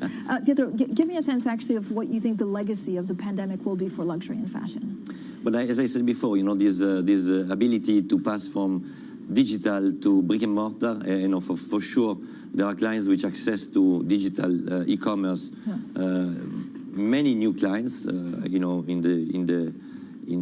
the case of Dior, and the same clients are now understanding that it's as beautiful to buy online as to go to visit brick and mortar. I think the pandemic leaves us also with local clients. Local clients are very important for us, and they become more important after the pandemic.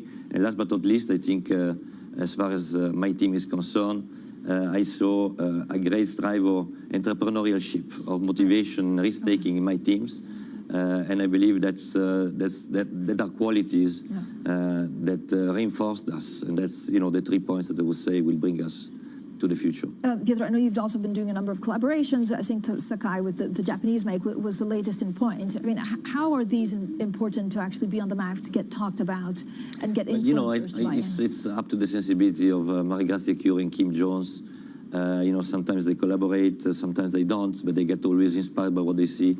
Of course, collaboration are giving a kick, and they are important. But for example, yesterday night we assisted to a show which is Dior by Dior, and it was fantastic. So I think it depends from the inspiration. It's not a policy for me going to them and asking them to collaborate with anybody. It has to be spontaneous, because I think nowadays authenticity and transparency is key to succeed. And therefore, they have to feel free to create whatever they feel right for the moment. What's your biggest challenge in the next 12 months, given what we've all discussed? You asked me a very easy question. 1 million question. Because the challenge is to continue to grow profitably with Dior as we did in the last 4 years. And, we will just have to have respect for the future, not have any fear, but respect. So, being prudent and knowing that every year the championship starts from, every team starts from zero, and even if you have been successful in the past, that's not the recipe for being successful in the future. And finally, we will be judged for what we will do and not for what we have done. So that's what I repeat to myself every morning. So challenges are there, and we learn how to be flexible, how to change our strategy with this pandemic. It's another learning for the pandemic. We keep being flexible and try to face the future. The future, we cannot control.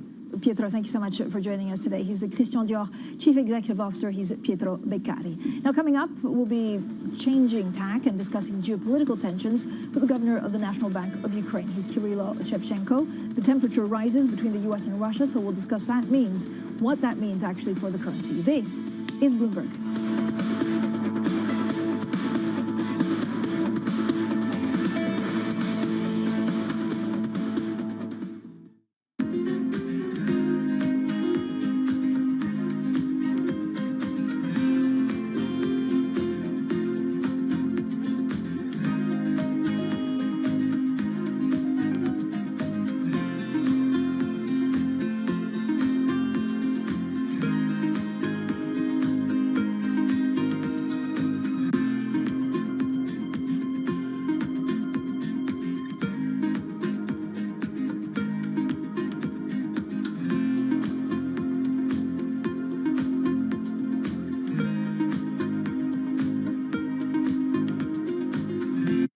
To cut emissions, climate-proofing transportation is at the top of the list. 20% of global CO2 emissions come from transportation. 75% of transport emissions come from road travel. And 45% of road travel emissions come from passenger vehicles. 29.4% of road travel emissions come from freight. Of the world's transportation emissions, 11.6% comes from aviation, 10.6% comes from shipping, and 1% comes from train travel. Lots happening on Wall Street. It's the basic law of economics. The Fed is telling us this is transitory. Need to catch up? This is Bloomberg Wall Street Week. I'm David Weston. We've got the information and insights. David, you just hit the nail right on the head. From businesses most influential and instrumental. And that's the way you run good risk management. But we need to invest in our systems. Bloomberg Wall Street Week premieres Friday with replays all weekend on Bloomberg Television and Radio. Mercedes-Benz is on a path towards CO2 neutral mobility. So we have flicked the switch there, and really we're going to step by step electrify everything. And what does that mean? Combustion engines get electrified.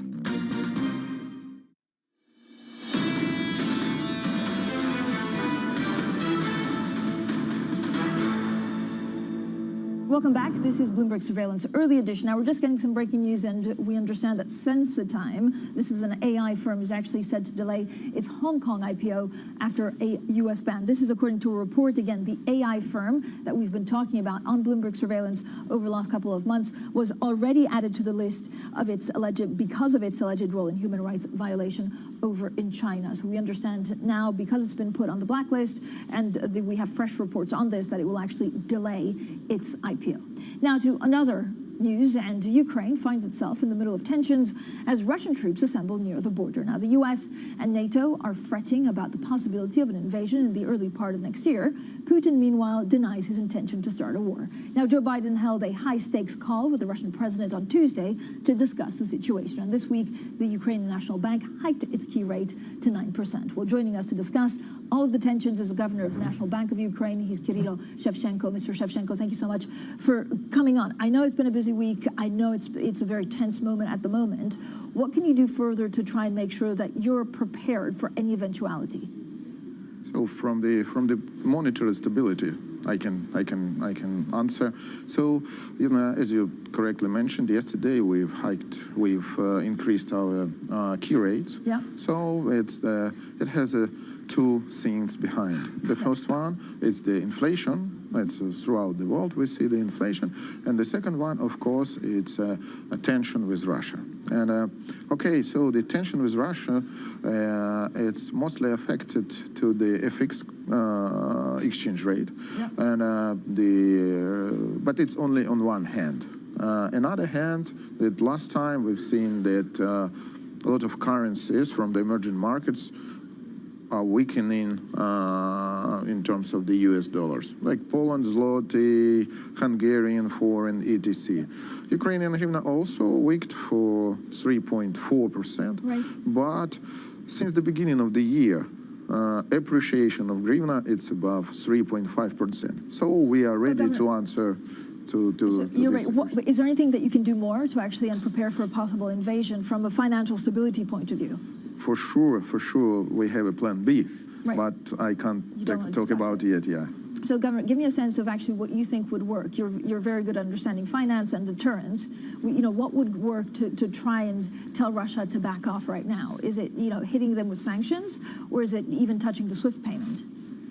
So, as our main of our partners mentioned, so the potential sanction we see, from the financial point of view, we see as a comprehensive reaction, and so it should work.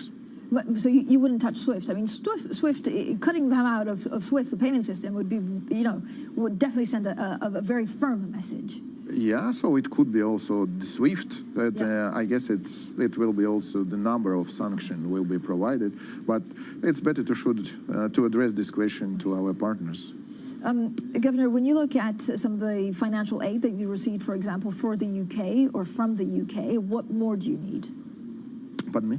For some financial backing from the UK, Ukraine has had. Is there anything else that you need from partners? Okay, so we have now really good cooperation with the Good Governance Fund, so a lot of Bank of England, and by the way, we really appreciate Bank of England for the decision made this May in terms of the bail-in of the biggest bank being nationalized private bank, and we do really appreciate. We have a good cooperation, so I do not expect something more in routine work. So in terms of extreme agenda, we should discuss. Governor, also Ukraine has recently received an extension for its loan program by the IMF, but it expires next year. What happens after that? So the NBU, in any of our forecast, we have IMF cooperation behind. So from my point of view, the continuation of the cooperation with IMF is crucial for Ukraine, because it's not only about the money, it's a lot about the reputation, it's about of trustworthiness. So this is the crucial point. Anyway, it's also about the money. So this year, Ukraine has received from the IMF amount 1.9 billion SDRs, so it's approximately 2.7 billion US dollars as the SDR allocation. It's allowed us to receive also from European Commission 600 million assistance. Then the second tranche. So that will be extended next year. So not current program. Right. We'll discuss next year. We switch to discussion for the upcoming program. Governor, do you worry at all about central bank independence in Ukraine? Actually, not now. And thanks to the new law about the NBU, which was adopted recently, and by the way, it was the adoption of this law was one of the prior action in the current IMF program. So so far, no any evidence that any threats to the NBU independence. Talk to me a little bit about your biggest concerns, I think, outside Russia and a possible invasion. Is it energy prices? Is it Omicron? And actually, how uncertain does the economy look at this juncture in time? Okay, so we have absolutely clear mandate as a central bank. It's a price stability, and I can tell you that the biggest concern is the inflation, as we discussed, but it seems to me that the peak of inflation in Ukraine has already passed. Right. So since the September this year, the peak was in September. It was 11. Unfortunately, it's a two-digit. Yep. But then October 10.9, November 10.3. So it's a reaction for our monetary policy. Yeah. And another seems, you're absolutely right, the gas price shock. Yeah. There's a lot of shocks. Yeah, it's gas price shocks. Okay. Still uncertainty in COVID-19 gas price. Yeah. So now we see, unfortunately, no, and in our forecast, we see the gas prices will change for 15%. Yeah. So, but it's still there. But all this risk we have in our forecast, and the new forecast we will issue in the beginning of the year in January. Governor, talk to us a little bit about. So the president said that he has a confidence in you as of today. Is there uncertainty about whether you'll stay in your current job? Is it stressful to be in that position? Okay, so I would refrain from interpreting what the president has said. You'd better ask him. Okay. As for the pressure, it's a stressful job what you do. Yeah. So it's a stressful job, and I've been under pressure since my appointment as this chair. Since day one. So nothing's changed. There's no concern about your health, or there's markets want stability. So of course the central banker is usually key to that. Will you stay in your job? Okay. So I see that the NBU has done a lot of good job. We see the market stability, financial market stability, absolutely profitable. And by the way, it's the highest profit by the whole history of independent Ukraine of banking system. So we've done a lot of job in terms of independence of national bank, and we have a lot of plans ahead. But you're not going anywhere, Governor. So you're not expecting today, today we see, let's say, attempts by certain actors, to influence the decision-making process within the NBU. It's a smear campaign targeting the NBU and its top management, etc. So even the criminal cases, but. So this is one of the downsides of being in Bulgaria. And by the way, my predecessors have also experienced it. Governor, thank you so much. Kirilo Shevchenko there, the governor of the National Bank of Ukraine, joining us this morning. Now, coming up, a major deal in Spanish soccer is at risk of unraveling as some of the country's biggest clubs look to replace a deal with CVC with their own plan. That story's up next. This is Bloomberg.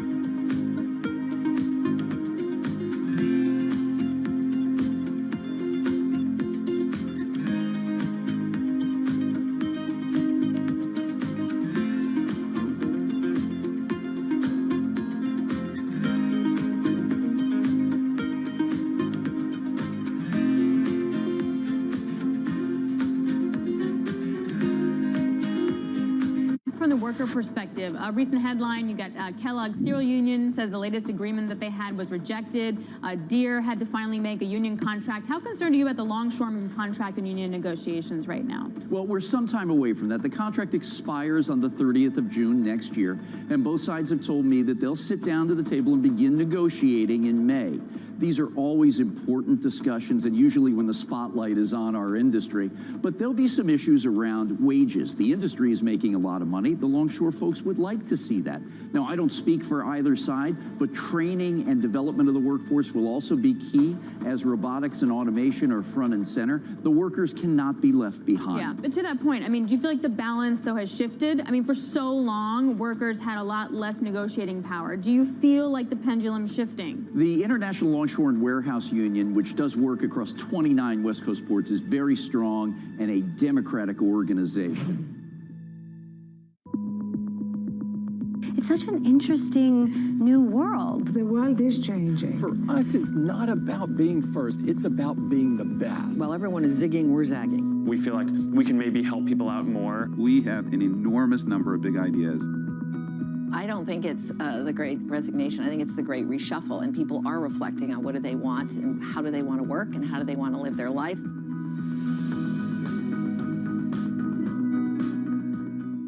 This is a market that over the past few weeks has made it clear it wants to go higher. It got a little spooked by the idea that geopolitical tensions are rising.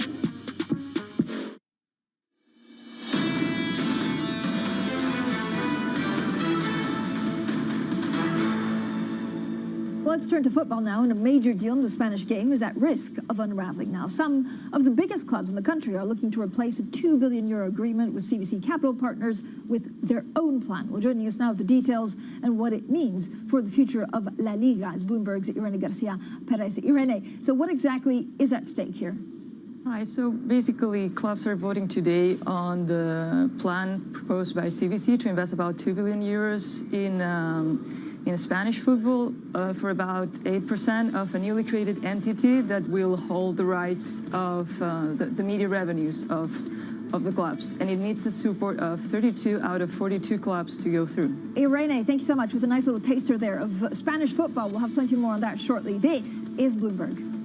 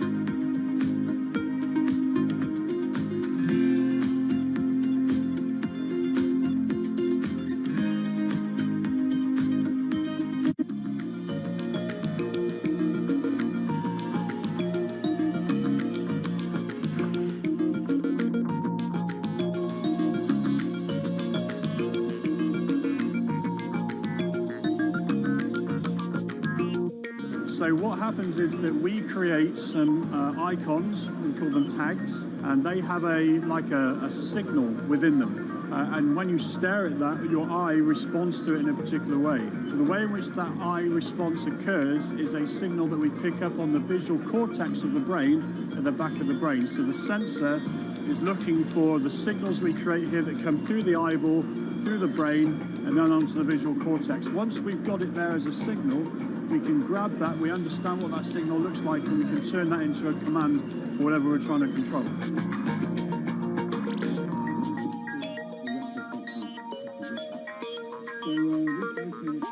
There's multiple places where we think this technology can be applied, perhaps in, I don't know, driving or commanding unmanned ground vehicles or unmanned naval vessels, perhaps providing menu selection and control within a control room environment, maybe in a nuclear power station. All those kind of things are perhaps in the bailiwick of this technology.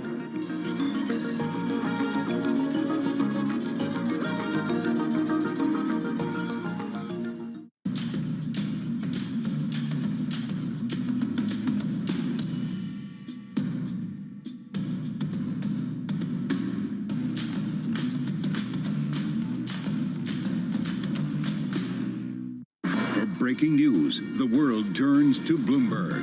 Big news, the United Arab Emirates will switch its weekend to Saturday and Sunday. The UAE is breaking rank with the rest of the Gulf region. Now we are aligned with the world economies. The working week will be 4.5 days, with Friday, a holy day in Islam, being a half day. Positioning itself as being an international hub. I haven't once seen this as a gap or a concern by international investors. The interesting thing will be to see how the private sector does respond. The power of Bloomberg. I think that it's hard to put your head around any narrative. Let's just be honest. We've had sort of a shift in, are we in some sort of stagflation fears moment? People were talking about that all day yesterday. This is Bloomberg Surveillance, Early Edition, with Anna Edwards, Matt Miller, and Kaylee Lyons. It's 10 a.m. in London, 5 a.m. in New York, and 6 p.m. in Hong Kong on this Friday, December the 10th. Our top stories today. Inflation nightmare in the U.S. Numbers out today are likely to show that consumer prices are rising at their fastest pace in 4 decades. Supply chain pain, shortages of ships, trucks, and workers have led to global bottlenecks. We'll go to a place that just may show the future of logistics, a facility where robots and automated cranes do much of the work. And soul-searching at ARK Investment, Kathy Wood's celebrated growth funds are falling out of favor. She's trying to figure out how to turn things around. A very warm welcome, everybody, this Friday to Bloomberg Surveillance. This is the early edition with Matt and Kaylee and me, Anna. And Kaylee, interesting, we're going to have to talk a lot about inflation today. We could see a near 4-decade high on the U.S. inflation print. 6.8% is what economists are looking for, Anna. 3.5 hours to go until that data, and it could very well be market moving. Of course, we did see markets on the move in Asia overnight, and that was largely to the downside when it came to equities. The MSCI Asia Pacific Index falling for the first day in 4, down about 0.8%. And of course, what really was driving the narrative in Asia was a concern about the Omicron variant, but also Evergrande, because of course that heavily indebted property developer was declared in default yesterday, as was Kesa, another property developer. Here's the thing though, Evergrande shares in Hong Kong today only down 1.7%. So it just goes to show you how largely expected that was and how much downside had already seen happening, how much of that downside was priced in, because that stock is down about 89% in 2021. Of course, the other news out of China was, of course, the intervention in the yuan, which is around its strongest against the dollar since 2018. So you saw the PBOC setting a weaker than expected reference rate, also telling banks they have to hold more FX in reserve, raising that by 2 percentage points. Even still, the yuan stronger against the US dollar today by about 0.1% at 637.26. Broadly, though, in Asia, it is a story of weakness relative to the dollar. The South Korean won, the big underperformer, as it deals with its worst ever virus surge. It's weaker by about 0.6%. Now, here in the U.S., we're really just waiting and watching for that inflation data. Of course, we're coming off a down day for equities yesterday. This morning, though, futures do get a little bit of a lift. We're up about 0.25% on S&P E-minis. In the bond market, not too much action. Again, we are waiting for the data. Up a basis point on the 10-year yield to just shy of 151. The dollar is stronger on the day. And then crude up 0.4%. WTI, Matt, heading for its best week since all the way back in August. It started the week at $66 a barrel. This morning, it's at $71.24. All right, cool. I have, Very cool. Kaylee, some interesting moves to show you here in Europe. We have pretty much mostly red across the continent in terms of the benchmark indexes. So you see the DAX is down 1/3%, the CAC is down 0.4%, the FTSE is down just a little, about 0.1%, but not down by so much. You can see, though, that investors are reaching for the safety of government bonds. The Bunds are rising in yield, which means that investors are selling them off. So it's only a small rise to about -34 basis points. Here it comes. Wait for it. There you go. And the euro dollar is losing a little bit of ground, too. Not huge moves here. This is the interesting stuff that I wanted to. A couple of gainers here to counter Kaylee's pessimism. You know, it's Friday. Let's look up here. Swedish Match gaining 7.3%. That's a little bit of an inside joke for those of you who are watching yesterday. Swedish Match is a maker of smokeless tobacco products. I didn't realize it's worth so much, 111 billion kroner. They make cope, of course, for those of you in the U.S. But the reason it's gaining today is because a smokeless tobacco or a vaping tax has been axed. So Swedish Match is a big gainer. And then Daimler. Guy Johnson was talking to the CEO of Daimler Trucks after the historic split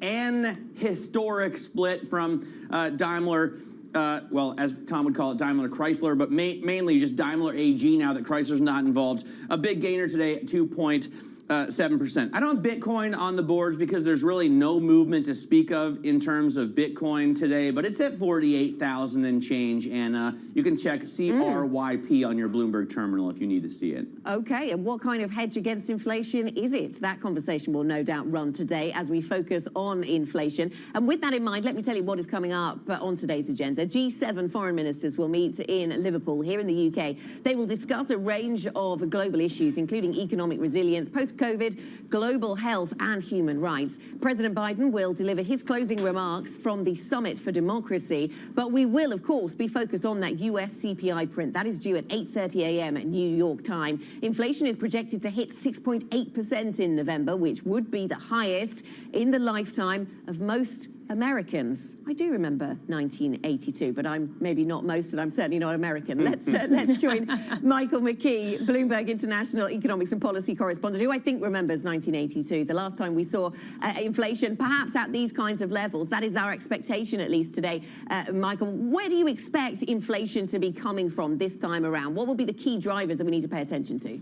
Well, the problem, Anna, and I'm going to make you an honorary American so you and I can talk about 1982 and the rest of these people. The problem is that it's spreading out.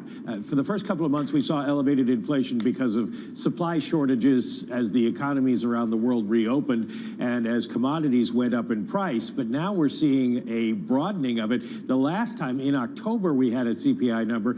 About 30% of the goods were up over 1% on the month, which is not good news for the Federal Reserve, which has to worry about how long inflation is going to stick around. Obviously, we'll anticipate some energy cost rises in gasoline, in particular for Americans, but also heating oil and fuel. Then you're going to look at housing. Housing has become a big quiet issue in the CPI. It's about a third of the CPI, and it's based, the way they calculate it is based on what people think they could get to rent their house. And because people don't turn over rents very quickly, this has been building very slowly. And David Wilcox, who's our chief economist at Bloomberg Economics, projects that we could see it add 0.5% to CPI in the coming months. So even if some other things start to go down, we're going to have housing costs pushing us up still. Certainly going up here in New York City. You mentioned that this has created a problem for the Fed. Does the print today move the needle for them, or is their decision next week already kind of a done deal? I think their decision next week is already kind of a done deal. It'll be added to the weight of the data that they think about when they get to January and on in as the taper gets faster and gets over, and then they have to decide whether to raise rates or not. But it'll be interesting to see how the markets react. We've said 6.8 enough that it should be priced in, but if it were significantly higher, would that scare everybody? I'm a little worried that it might. All right, it'll be interesting to see the print. I know that the whisper numbers are a little bit lower than the survey. So inflation coming out 8:30. It's 8:30, right, Mike? 8:30. 8:30 Eastern time, New York time. Yeah. Exactly. We'll be watching very closely. Michael McKee will be talking about it, I'm sure, all day, if not all week, next week as well. Let's talk about COVID and the labor shortages. They continue to wreak havoc on global supply chains. This is a huge part, of course, of the inflation picture. In the UK, one of the country's largest automated warehouses is working hard to tackle peak holiday demand. Bloomberg's Guy Johnson went to have a look. This is cutting-edge industrial automation, and GXO is using it to deliver Christmas to the UK. While global supply chains are snarled, Nestlé's products arrive in this facility, are sorted, stored, and dispatched, often without ever touching human hands. There aren't many elves, but there are a lot of robots, cobots, scanners, and sorters. And at the heart of the facility is this monorail, which runs the entire length of the building. The staff here, they call it the Northern Line. Christmas is already down there. Back here in Goods Inn, they're already starting to see the arrival of the first Easter eggs. busy day for Guy Johnson. He joins us now from the GXO Nestle Distribution Centre in Derby in the East Midlands of England. Guy, inflation numbers are out later on today. Supply chain bottlenecks are a huge part of that story. What's the state of the logistics sector then? It's finding life very tough at the moment, and as we've been hearing for months and months now, global supply chains are snarled, and that is going to drive up part of the inflation picture that we're going to see later on today and in the United States. This facility is trying to solve that problem. It's its first Christmas fully operationally, and basically, as we discussed in that piece there is a lot of automation here. It uses around a third less staff than the previous facility, and as a result of which it can run 24/7. It doesn't have to slow down for the pandemic. There is obviously masks being worn, but the robots don't have to wear the masks. They can keep going, and as a result of which this facility has managed to keep up with all of its targets and deliver Christmas on time. As I say, they're already starting to manage Easter, which is almost a busier time for Nestle. So the robots are going to make a really big difference going forward. More and more sites like this are going to be springing up around the UK, around the world, as we shift from shopping in stores to shopping online, as e-commerce takes off. Basically, the labor market moves from being in-store to in-warehouse, and it's delivered direct to your door. So automation, a huge part. It's dealing with the labor market shortage. It's dealing with the issue of how to manage COVID. There are still some bottlenecks here. There are shortages, for instance, of forklift drivers, and Nestle continues to struggle with finding enough HGV lorry drivers. We're going to be speaking to Richard Hastings a little bit later on in the program. He is Nestle UK's head of logistics. We'll take the temperature of the global supply chain story with him a little bit later. Kaylee, back to you. All right, Bloomberg's Guy Johnson live at the GXO Nestle Distribution Center in Derby. Thank you so much. And as he said, he'll have that interview later on this hour and much more throughout the day here on Bloomberg Television. Meanwhile, ARK investment founder Cathie Wood says her firm is going through soul searching as its growth-focused funds fall out of favor amid expectations of tighter Fed policy. She spoke to Bloomberg yesterday. Take a listen. When we go through a period like this, of course we're going through soul searching, saying, are we missing something? And we double down on our research and we double down on our modeling. What you should also know is to get to that 40% compound annual rate of return, we assume massive multiple compression from today's levels. Let's get more now with Bloomberg's Danny Berger. Danny, ARK was the golden child in 2020. 2021 has been a very different story. Yeah.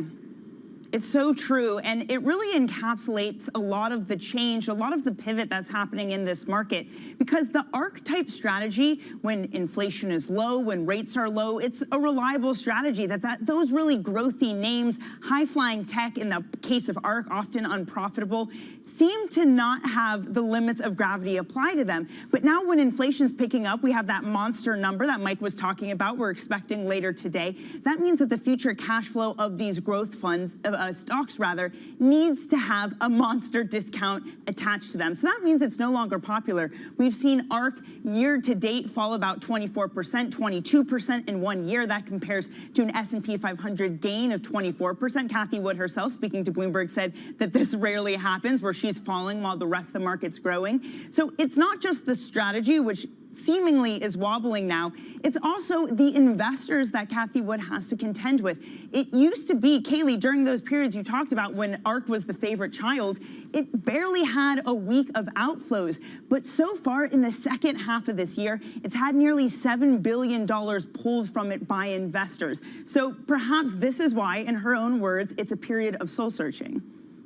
When I think of Cathie Wood and ARK, I always think of her expectations for Tesla, or her forecast that could be worth $3 trillion someday, $3,000 a share. How much Tesla do they hold? So a large chunk of ARK is indeed Tesla, and that's part of the reason why when we've seen Tesla wobble, we've also seen ARK wobble. That correlation, that exposure is very high. Now, at the same time, Tesla has its own idiosyncratic problem of a CEO who tends to tweet things, and that tends to move markets. I do just want to quickly give us an update on how much of stock Elon Musk has sold so far. That Twitter poll saying that he would sell 10%. He's about 2/3 of the way there. He has about about another 6 million shares he needs to sell if he wants to get to 10%. Though I should say back in September, he did talk about exercising some of his options for tax reasons. So that's likely behind it versus the Twitter poll. But here again is the look at Tesla the past 3 months. For those on the radio, this is just a simple line chart. In November is when he has that tweet. Perhaps the initial sell-off is because of the tweet, him saying he'd sell more. But it has been extremely volatile. Again, matching the issue over at ARK, these high-flying tech names, inflation hitting them very hard, Kaylee. All right, Bloomberg's Danny Berger, thank you so much. The latest Twitter musings from Elon Musk is a question of whether he should quit his job and become an influencer. So I'm just going to leave that one there. We can all ponder it. Now let's get back to the markets and take a look at some stocks moving in pre-market trading here in the U.S. A big one to the upside is Oracle. Reported after the bell last night, revenue topped expectations, thanks very much to the cloud. And as a result, that stock is up about 11% before the bell. Another upside mover is Nubank, the Brazilian bank that made its public debut here in the U.S. yesterday, up 14% in its first day of trading. It's up another 9.5% or so in early hours this morning. One mover to the downside, though, is Chewy. Its revenue guidance for the fourth quarter given yesterday coming in a little light, and analysts cutting their price targets as a result. So that stock is down more than 10% in early hours. Anna, full disclosure, I have become a very avid Chewy user since getting the puppy about 2 weeks ago. So I'll leave that one there. You didn't use it enough. The stock's down 10% in pre-market, Kaylee. Coming up, we will stick with the markets conversation. Jimmy Conway, Citigroup head of EMEA equity trading strategy. How are EMEA stocks doing? What are expectations for 2022? And the $3 billion battery push. We'll speak with the Volvo Cars CEO about the next generation of electric vehicles. Plus, can automation help save Christmas? More from the UK's largest automated warehouse, where goods can pass without even touching a human hand. This is Bloomberg.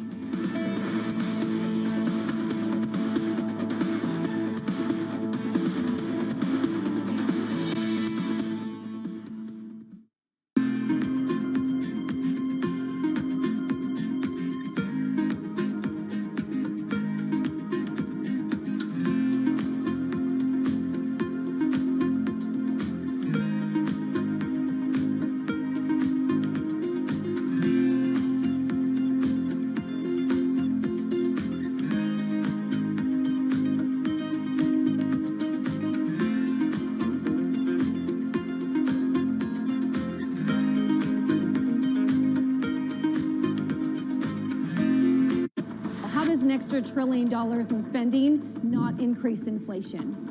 By increasing the productive capacity of this country. And that's a very important thing that we, frankly, have not successfully done across most of my lifetime. You know, I've been waiting for this legislation for months since I became Transportation Secretary, but various presidents have been hoping to reach this day for decades, and it hasn't happened for all kinds of reasons. The American public has been rightly impatient. Now we're getting it done, both making up for lost time and laying a better foundation for the future. Let me also point out to the fact that Part 2 of the president's agenda, what I like to call the big deal. But Part 2 of that, the Build Back Better Act, has even more that will help beat back inflation by lowering some of the costs that Americans feel most acutely, the cost of childcare, the cost of health care, the cost of housing, the cost of prescription drugs, bringing those down while also making sure that we ease some of those labor market issues we have by making it easier for working parents to afford to go back to work.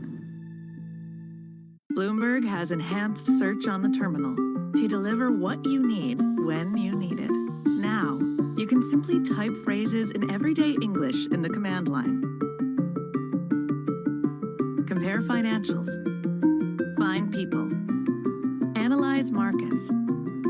You can enter phrases or ask questions. What do you want to know today? Ask a question or visit SearchGo to find answers now.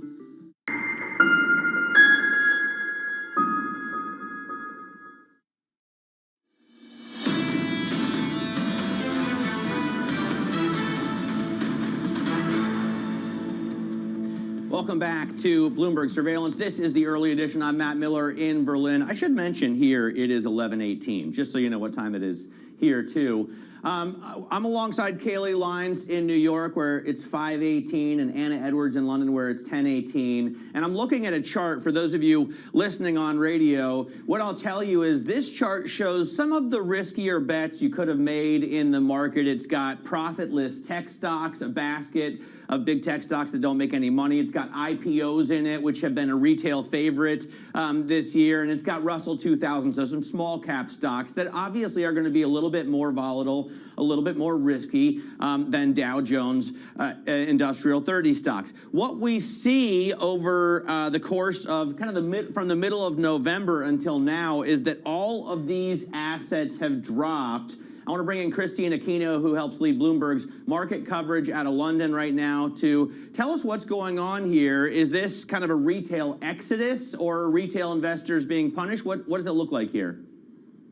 Well, Matt, I think this very much speaks to a bit of a risk-off lurch that we've seen ever since the Omicron worries really hit the market's radar. And it's a very, very interesting contrast with what we're seeing in the bond markets as well, because at the moment we're seeing U.S. real yields threatening to rise to a downtrend and break above that downtrend that's been in place since 2018. And what that tells you is there's once again this theme of a trade-off between riskier assets like stocks and safer assets like bonds, right, which are potentially becoming more attractive if those real yields are really rising. And of course, very interesting combination heading into the U.S. CPI data as well and the Fed meeting next week. Christine, good morning. We also need to talk about what's going on with the Chinese currency, because the yuan on the rise today, despite everything the PBOC is doing to try and bring down the value of the Chinese currency. Absolutely, Anna. It's been very interesting as well, because we've really seen China's pivot to easing starting this week, right? And it's kind of interesting because we're seeing in the yuan is potentially a function of traders perhaps not quite believing that pivot just yet, and perhaps maybe they're wanting the PBOC to do a bit more. It's also very interesting juxtaposition with what we saw earlier in the week, where all the easing pivot helped risk sentiment. Yeah. That's not the case today, and that's potentially because of all the Omicron-related headlines that we're seeing today. Okay, that China news certainly forcing me to brush up on my triple R's versus double R's, moving in the opposite direction. Christine, thanks very much. Talking about Chinese policy. Let's get to some breaking news then for you. Julian Assange must be extradited to the United States. This is the view of a judge here in London. The UK Court of Appeal has ruled that Julian Assange, who's been fighting, of course, a many years battle to avoid facing criminal charges over the WikiLeaks events. Those WikiLeaks published leaked US Army intelligence back in 2010. He was then hauled up in the Ecuadorian embassy, took refuge there in 2012. He's been held since 2019 at a maximum security prison, Belmarsh, here in the UK since 2019, as I say. But now it looks as if he will be extradited to the United States. More on the markets when we come back. This is Bloomberg.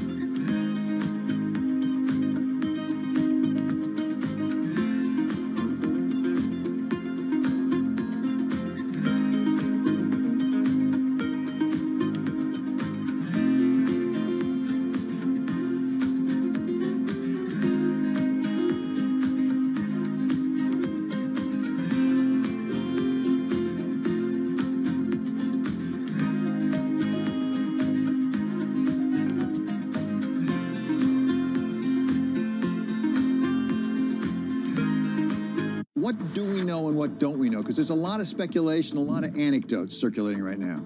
Omicron definitely has the characteristics to create us concern for many reasons. But also we have been preparing for a moment like that for months right now. And I feel comfortable that the playbook will work. So what is the playbook? One, it is to understand more about this virus. The second, of course, will be to protect against infections. And the third is to treat. Let's take it one after the other to understand. I think there are a few things that are not very clear yet with Omicron. One, it is the clinical manifestation of this new variant. Is it creating more severe disease or not? Is it transmitted easier or not? Is it going to younger or older people? All of these are things that as we see clinical cases coming out and the numbers are getting bigger, that's something that we will know in a few weeks.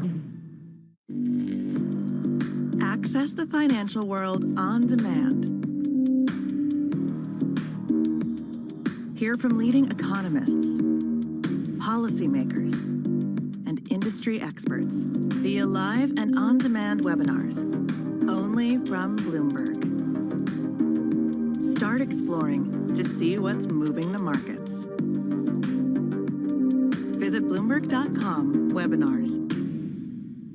How will pricing have to adjust or not as a result of your greener ambitions? We ran a big survey around 32 countries. More than 30,000 people took part.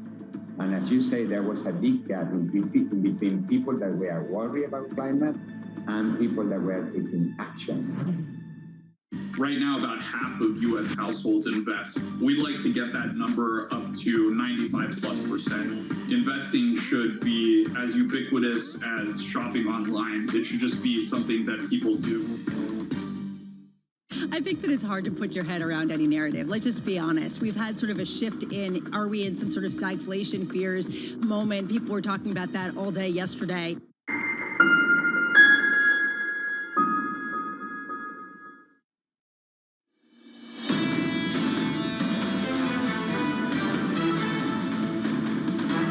This is Bloomberg Surveillance Early Edition. I'm Kaylee Lyons in New York with Anna Edwards in London and Matt Miller in Berlin. Now let's get the first word news. And the coronavirus crisis is threatening the holiday season in the U.S. The number of cases and hospital admissions are rising, and most victims have not been vaccinated. Plus, there are shortages of beds and staff to care for patients. In 12 states and Washington, D.C., the 7-day average of admissions with confirmed COVID has climbed at least 50% from 2 weeks ago. President Biden has assured Ukraine's President Volodymyr Zelensky of U.S. support in its standoff with Russia. In a phone call, Biden pledged not to hold talks about Ukraine's future without its representatives at the table. He also told NATO allies in Eastern Europe that he had not made any concessions during a video call with Russian leader Vladimir Putin. And the U.S. Senate has passed legislation creating a fast track to raising the nation's debt ceiling and averting a default. That gives the Democratic majority one-time authority to increase the borrowing limit without the threat of a Republican filibuster. Final passage of the new debt ceiling is likely next week. So from COVID to geopolitics to fiscal policy, we discuss the market implications of it all with Jimmy Conway, Citigroup head of EMEA Equity Trading Strategy. He joins us next on a Friday, a CPI Friday, about 3 hours from now here in the U.S. This is Bloomberg.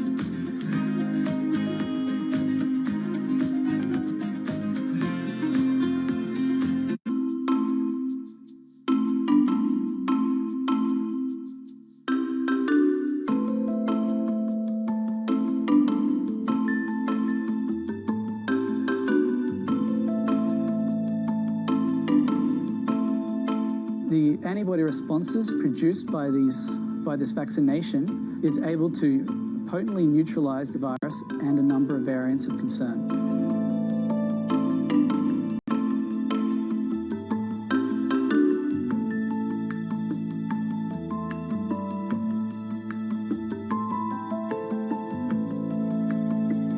lot of the vaccines being developed currently require super cold storage.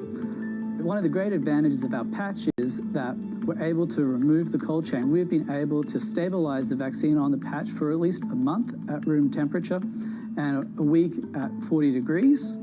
So this makes logistically vaccine rollout a much simpler proposition, removing the cold chain from transport.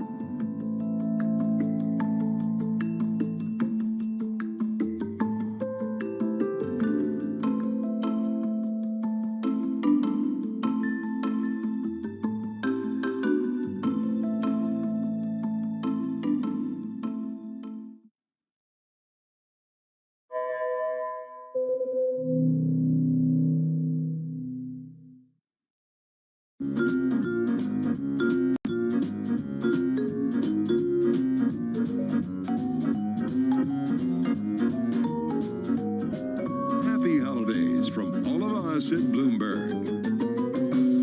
It's really a reminder, isn't it, just how sensitive the markets are to any commentary about trade. We did see some pressure on the yuan, we did see some pressure on the futures. That is now being reversed.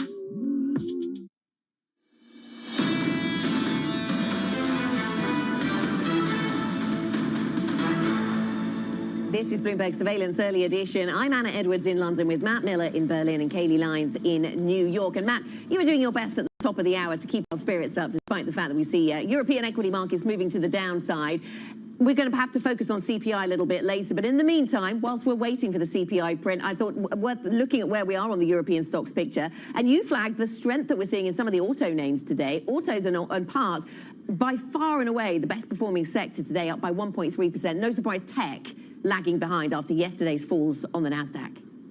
Yeah, absolutely. But I should point out, U.S. futures are rising. So even if we're down here a little bit in Europe, your spirits could be uplifted if you're an investor on the other side of the Atlantic. And that's one of the things that I really want to focus on in this block is the discount European stocks are trading at compared to U.S. stocks. We often ask why. Typically, the answer is that Europe isn't as tech-heavy, maybe as forward-looking as the U.S. is, but also the sort of social democratic framework under which Europe operates seems to hold back to some extent profits and growth over the longer term. At least that's what I hear a lot of times from viewers or listeners on Bloomberg Radio when I pose the question, why is Europe trading at such a big discount to U.S. stocks? Often it's about the growth outlook over a longer term. Absolutely. I just want to pause our thinking about the markets because we do have exactly the right guest to talk about exactly what you're mentioning there, Matt, just moments from now. But I just want to bring some breaking news to our audience. So we have some headlines of Andrea Orcel. Santander ordered by a Spanish court to pay 68 million euros to Andrea Orcel. And we remember before he went to UniCredit, he used to be at UBS, of course, but before he went to UniCredit, he was supposed to be going to Santander. That didn't end well. And now it seems as if Santander is being ordered by a Spanish court to pay 68 million euros to Orcel. Putting that, if it's possible to put aside 68 million euros, Kaylee, Matt rightly mentioned European equity markets on the back foot, but US futures do point higher this morning. Yeah, I'm trying to be more optimistic since Matt called me out for being pessimistic earlier. I would say that even though the Stock 600 is slightly down today and actually down for a third day in a row, it is still heading for a weekly gain after those big moves to the upside we saw on Monday and Tuesday. So it's not the worst thing in the world that we're down 0.3% at the moment. Here in the U.S., though, as Matt alluded to, futures are in positive territory. We're up about 0.25% on S&P E-minis. Really, all eyes are going to be on that CPI report about 3 hours from now, 8:30 a.m. Eastern Time. 6.8% inflation is what we're looking for. Ahead of that, the 10-year yield, up less than 1 basis point at the moment. We're sitting pretty much right in that 150, 151 range. And finally, crude only fractionally higher today, up about 0.1% on WTI, but heading for the best week since August. It's trading right now at $71 a barrel. As for some movers in pre-market trading, I noticed when I was looking at what was going on beneath the surface this morning that a lot of the EV makers were down. The likes of Rivian, Lordstown, Lucid Group, all lower in the range of 1% to 2%, and even Tesla down by about 1.25%. Of course, that is as we watch Elon Musk continuing to offload some of his stake. He's now sold about $12 billion worth of stock in the last 5 weeks, Matt.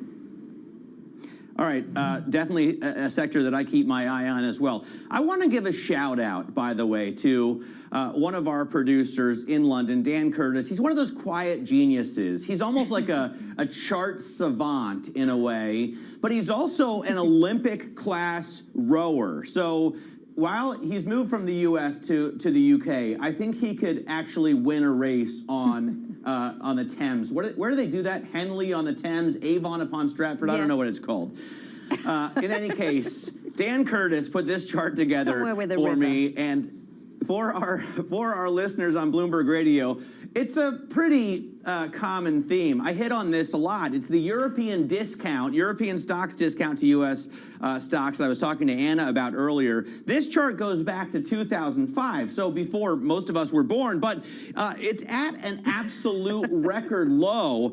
European stocks are trading for less than 70%. Looks to me like around 66% of U.S. stocks, and we always want to know why. Jimmy Conway joins us from Citi, where he runs the EMEA equity trading strategy, and you're the perfect guest, Jimmy, to answer this question. I thought of it as soon as I saw we had you on the program. Why don't European stocks take off when they're trading at such a big discount to U.S. stocks that a lot of times we think maybe are overvalued? Well, good morning. I mean, look, I think you both already touched on it, that partly it's an issue of composition and not necessarily having the right sectors or the right weights in the right sector. I would slightly disagree with the idea that there's not enough innovation in Europe. I think it's perhaps taken longer to come through, should we say, but again, it just boils down to that post-COVID, everybody has reached, both in terms of flows, the kind of retail demand, et cetera, for the growth stocks, for stuff that is going to, pay you on a 10, 20, 30-year view. And the real reason for that is that global rates have been so low. And unfortunately, Europe has a deficit of those kind of names. But if we now start to see a kilter back to more immediate forms of compensation, so we say dividends or value, et cetera, then we may well see some reversal in that chart. Jimmy, good morning. There are some very big tech names and some big growth names more broadly in Europe, aren't there? And if you look at the composition, you've made the point to us in your notes, if you look at the composition of the Euro Stoxx 50, for example, we're getting increasing role being played by some of those big tech names, the likes of ASML. Yep, no, that's completely valid, but let's sort of put it in the context of how that marries to some of the big names in the US. I read a report the other day saying that they have put on some of the top names $5.5 trillion worth of market cap. Not that's where they are now. That's what they've done since the pandemic. Which if you think of the total market cap of the Stoxx 600, I think that's about 10.6 euros. So you put that in the context of what we're up against, but. As I say, partly, again, a lot of it is flows. Like globally, the ability for the US, be that from retail, be that from just general asset allocation. You look at the percentage of the MSCI World now, or any global indices, the makeup is so US dominant. And of course, in an environment where people are adding to equities, not bonds, and it's, we're seeing more equity inflows, flow begets flow, right? And begets performance, so. And begins buying of the dip when dips do come, Jimmy. Do you think buying the dip is going to continue to work in the year ahead? Well, our strategy team certainly does. I think, the view is that we still haven't got an all-out problem with credit, et cetera. I think it might, from a more tactical view, I think it's going to be a bit of a sort of, carrot and stick situation, year of two halves, as it were, in that we have got some headwinds into next year, most particularly tightening. And again, for the US market, as someone I think has already referenced, in terms of some of the big growth names, that tightening is going to be an extremely strong headwind. And, depending on the number today, I'm sure everybody will be watching it very closely. The expectations as to when that's going to take place could get brought forward. So I think there will be dips to buy, but, the headwinds next year and the start point as well, other than arguably in Europe, where the valuation is actually pretty compelling, the start point's obviously a lot further up as well. How does pricing power factor into your thinking at the moment, Jimmy? Because I was having a conversation with one manager earlier who said what Europe does have is a lot of strong brands, and with those strong brands might come some pricing power. And we have seen some pricing power in the months and the year that's been. We certainly have. And in fairness, if you look at the valuation of, we have a sort of pricing power basket. If you look at the valuation of those names already, they have been rewarded for that facet of you know, their kind of corporate composition. So I think, you know, in any environment, it's going to continue to perform. One of the big themes at sort of Q2, Q3 transition was COGS, so the cost of goods sold, and whether or not people can pass that on. And you're right, if you have a luxury, very well acknowledged brand, or even if it's not luxury, if you have strong branding power, your ability to do that is enhanced. Yeah. Jimmy, thanks so much for joining us. Good to speak to you. Jimmy Conway joining us there from Citi. Coming up on this programme, the next generation of EVs. We'll speak to the Volvo Cars CEO, Håkan Samuelsson, about their latest push for batteries and how automation is helping tackle Christmas demand. We're live from a distribution floor with Nestlé's UK head of logistics, Richard Hastings. This is Bloomberg.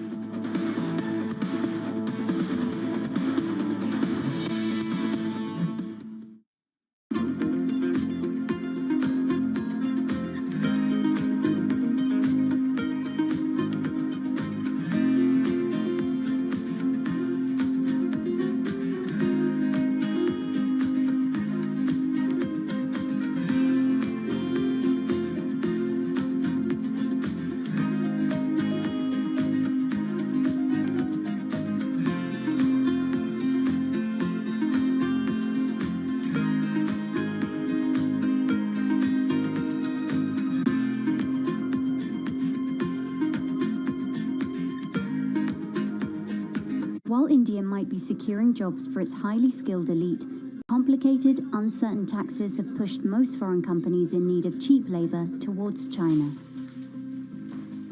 That's costing the economy an estimated $140 billion a year. They've been saying they're open to the rest of the world, but you know, there are still a lot of protectionist barriers on doing business with India. To follow in China's footsteps and reach the government's goal of being a $5 trillion economy by 2025, India needs to create a model which succeeds both at home and abroad.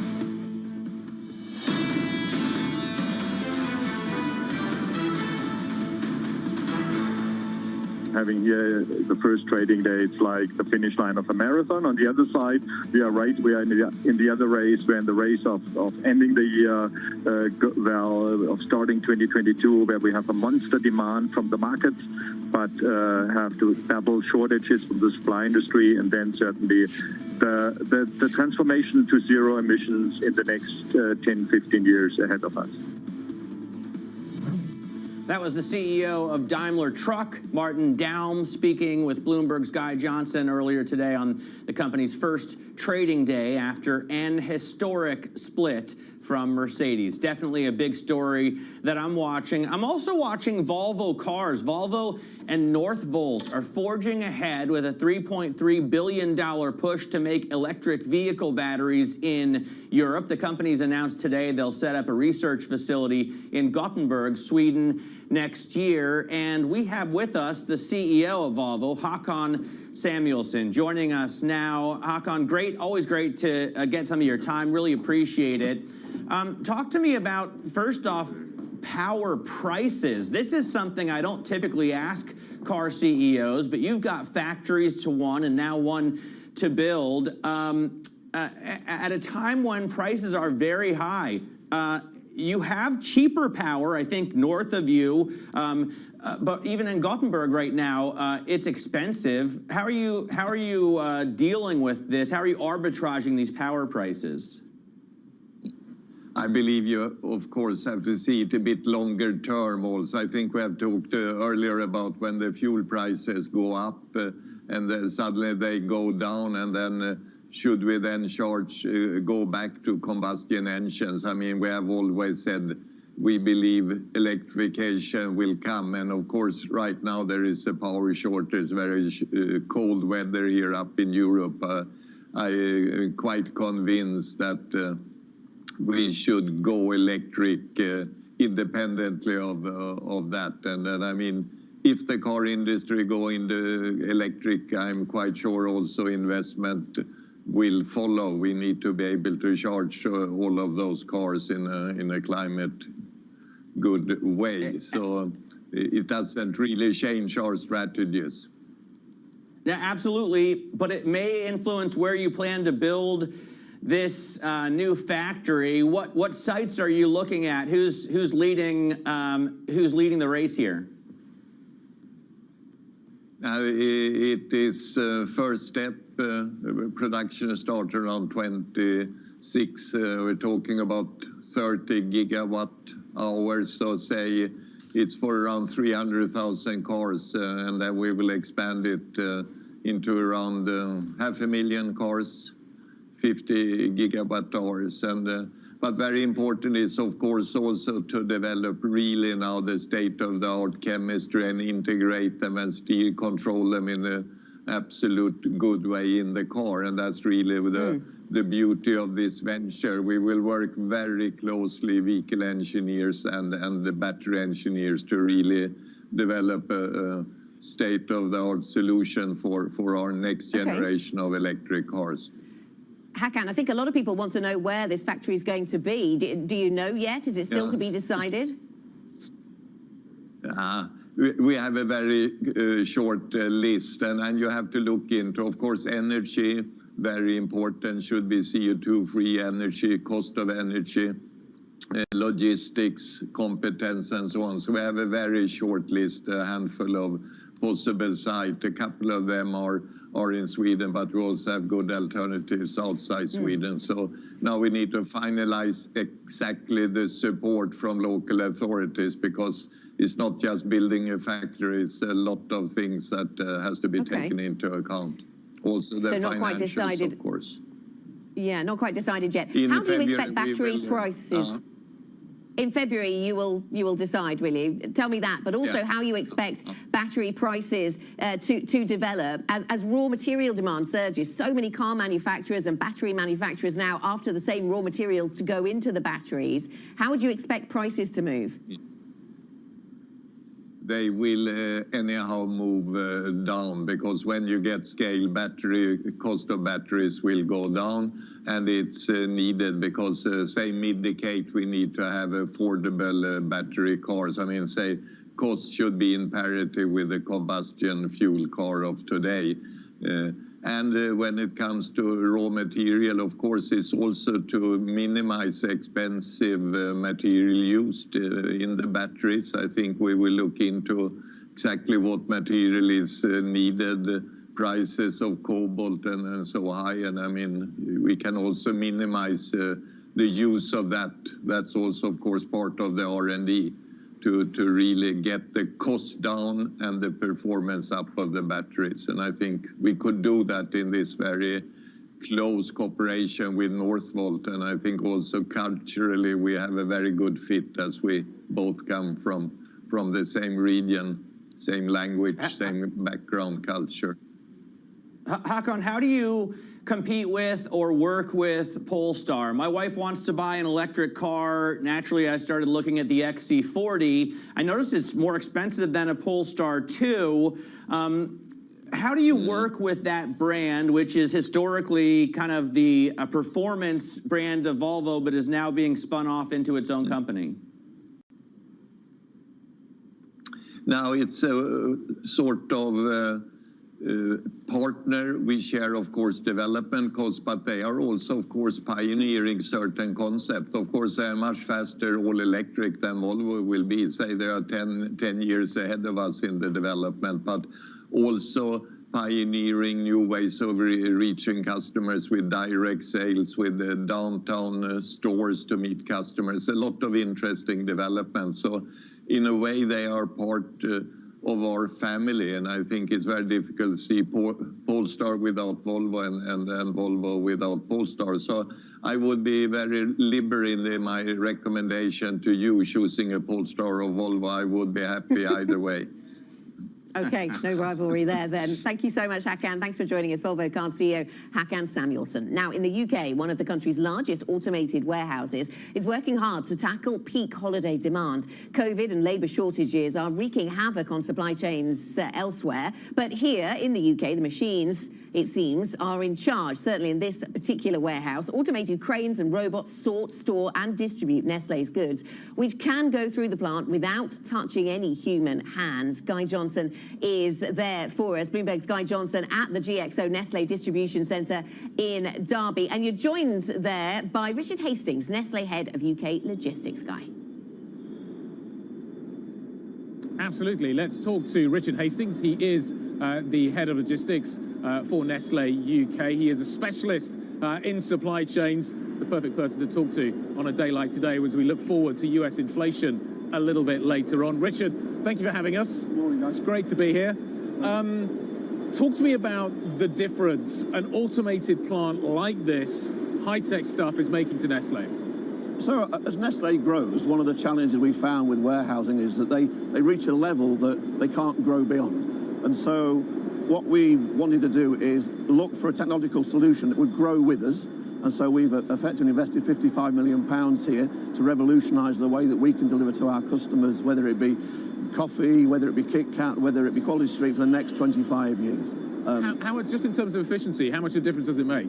How much easier is it to understand what you have to do? It's significant. In terms of our throughputs, you know, it's far more predictable as an operation. The throughput rate is far higher than in a traditional warehouse. You know, as we grow, the challenge we've got is we add more SKUs into the operation, and this site here can grow with that. And so what we wanted to do was effectively build an operation that was technologically advanced. We could develop as new technologies come along that was human friendly. You know, we still need human beings in these buildings, but we want to make sure that the roles that we created work well with the technology and actually had great development opportunities for the team here. But it's also the springboard for our sustainability journey as well. You know, we've got some very tough targets in Nestlé to meet in terms of net zero carbon, and this site here, we've built it to revolutionise the way that we do that. You know, we're on a railhead. We're working with the industry to bring things like gas trucks onto site here. We're looking for gas refuelling sites, recognising that that's the bridging technology maybe to electric or hydrogen in the future. But this site will grow and adapt as that comes along. So this site is pioneering. It is, yeah. Why is it here? Why was the UK chosen as the first point for Nestlé to develop this kind of automation? And what is happening with Nestlé globally as you learn from here? I think, you know, the UK was chosen for a number of reasons. But one is that as a UK logistics operation, we are seen within Nestlé as being one of the foremost in the Nestlé world, driven by, you know, our customers. Our customers are very demanding in the UK. They are also very, you know, advanced in the way that they do retail. And so having a solution in the UK that could meet our customers' future demands is a great place for Nestlé to learn and test and roll this out then across the rest of the Nestlé world. Richard, good morning to you. It's Anna here in the studio in London. I want to ask you, obviously you use fewer people perhaps because you're using all of this high technology within the warehouse that you're in at the moment, but outside you still need, of course, you need some labour. How difficult is it to find the right kinds of labour at the moment in the UK workforce? It is challenging in certain areas. You know, we are in an area here of high demand for warehouse labour. But one of the things that we wanted to do with this warehouse is make it attractive for people to come work here. You know, certainly we've made the roles as attractive as we can. We've given people a lot of autonomy when they come and work here. You know, even the building itself was designed to be a human-friendly place. We've got natural light coming into the building. You know, we keep pedestrians away from the walkways that we would traditionally in warehouses. You know, we'd have people on the shop floor. So we try to create a situation whereby people wanted us wanted to be an employer of GXO, and we're attracted to this site as opposed to the other sites around this area. I know that where you are right now is a relatively new creation, a relatively new warehouse, but in terms of the broader Nestlé logistics picture, how has it changed? How has the supply chain had to change and flex as a result of the pandemic? Certainly we've had to think about how we operate warehouses differently. They're normally quite social places. We've got a lot of people working in warehouses, and so we've had to make them COVID secure, which unfortunately means that they're probably not as social as they used to be. Canteens are very challenging to make sure that you can feed everybody and keep everybody distant. Beyond that, we've had to work very carefully to make sure, that the drivers going into customer locations are safe. Because we don't control, of course, other people's locations. So we have to make sure that, that our drivers are prepared. They've got everything that they need to keep them safe, whether that be masks, wipes, and they ultimately have the sanction to say, look, I don't feel particularly happy here. And so, they can make the decisions for themselves about where they feel happiest going into. As I mentioned, Richard, we're going to have an inflation number out of the United States a little bit later on. It's going to be a super hot number. We won't have seen a number like this, we think, since the early 80s. Part of that inflation story is global supply chains. You're a specialist in this area. What's the outlook? Are we near peak congestion? Is it going to start easing? What does next year look like? I think it's certainly... We are beginning to see the green shoots of improvement. Logistics UK have indicated that they believe that some of the actions that have been taken are beginning to improve the driver situation in particular.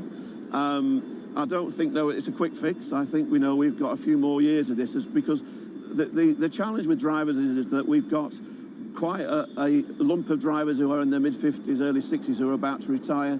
How we're going to replace those in the short term is going to be an interesting challenge for the UK industry. But we are working with the partners at people like Logistics UK to see how we can entice a different group of people into the operation. Richard, thank you so much for joining us. Richard Hastings, Nestlé's head of UK logistics. Thanks also, of course, to Guy Johnson. Plenty more from Guy in Derby, and we'll also be getting reports later on today from Ed Ludlow, live at the Port of Los Angeles, bringing you the US dimension to this story. And Matt, of course, it is Inflation Day in the US, and we're both watching out for that. Multi-decade highs, the highest inflation since you and I were pretty small, 1982. Yeah, absolutely. I was 8 for most of the year. But still paying attention already to inflation numbers. They were coming down at that point. This isn't the double-digit inflation we experienced at the end of the 70s, early 80s. But still, 6.8% is the survey, and that would be really high. I'm watching Ducati's new motorcycle, Anna. The Desert X was revealed yesterday, and it is amazing. I guess if we don't have any video if you're not watching CPI, I highly recommend you checking it out online. Ducati Desert motorbikes. X. More Bloomberg surveillance is ahead. This is Bloomberg.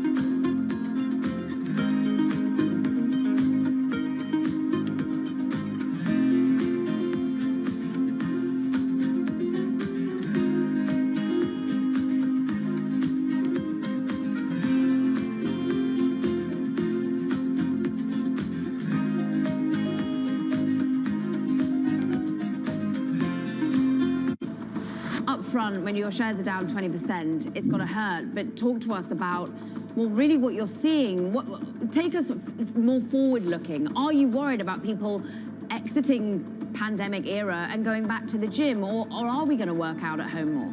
Well, that's actually the advantage that Beachbody has is we have never been a direct competitor with the gym. In fact, what we rely on is our ability to influence the 150 million people in North America specifically who are overweight or obese and haven't made that choice yet. Our job is to influence them with great content and this combination of what we call the total solution: fitness, nutrition, and community, so that they can tap into this incredibly cost-effective solution that is entertaining and engaging right at home so that they get results. That's our job, is to help the new person engage in healthy lifestyles.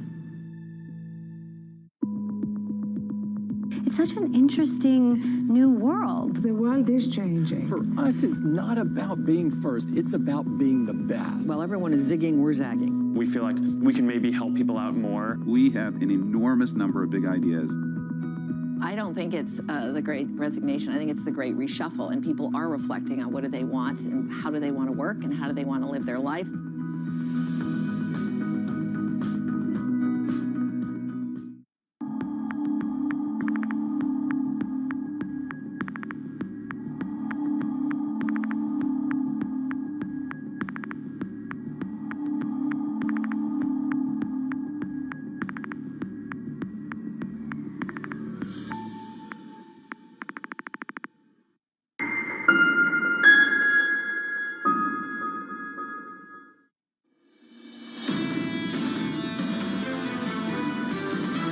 What you're going to see is a higher inflation for 2022. Inflation is effectively a default, a creeping default. It is time for the Fed to adjust. The bond market is essentially telling the Fed they're making a mistake. We think that if and when they start to hike, they won't get very far.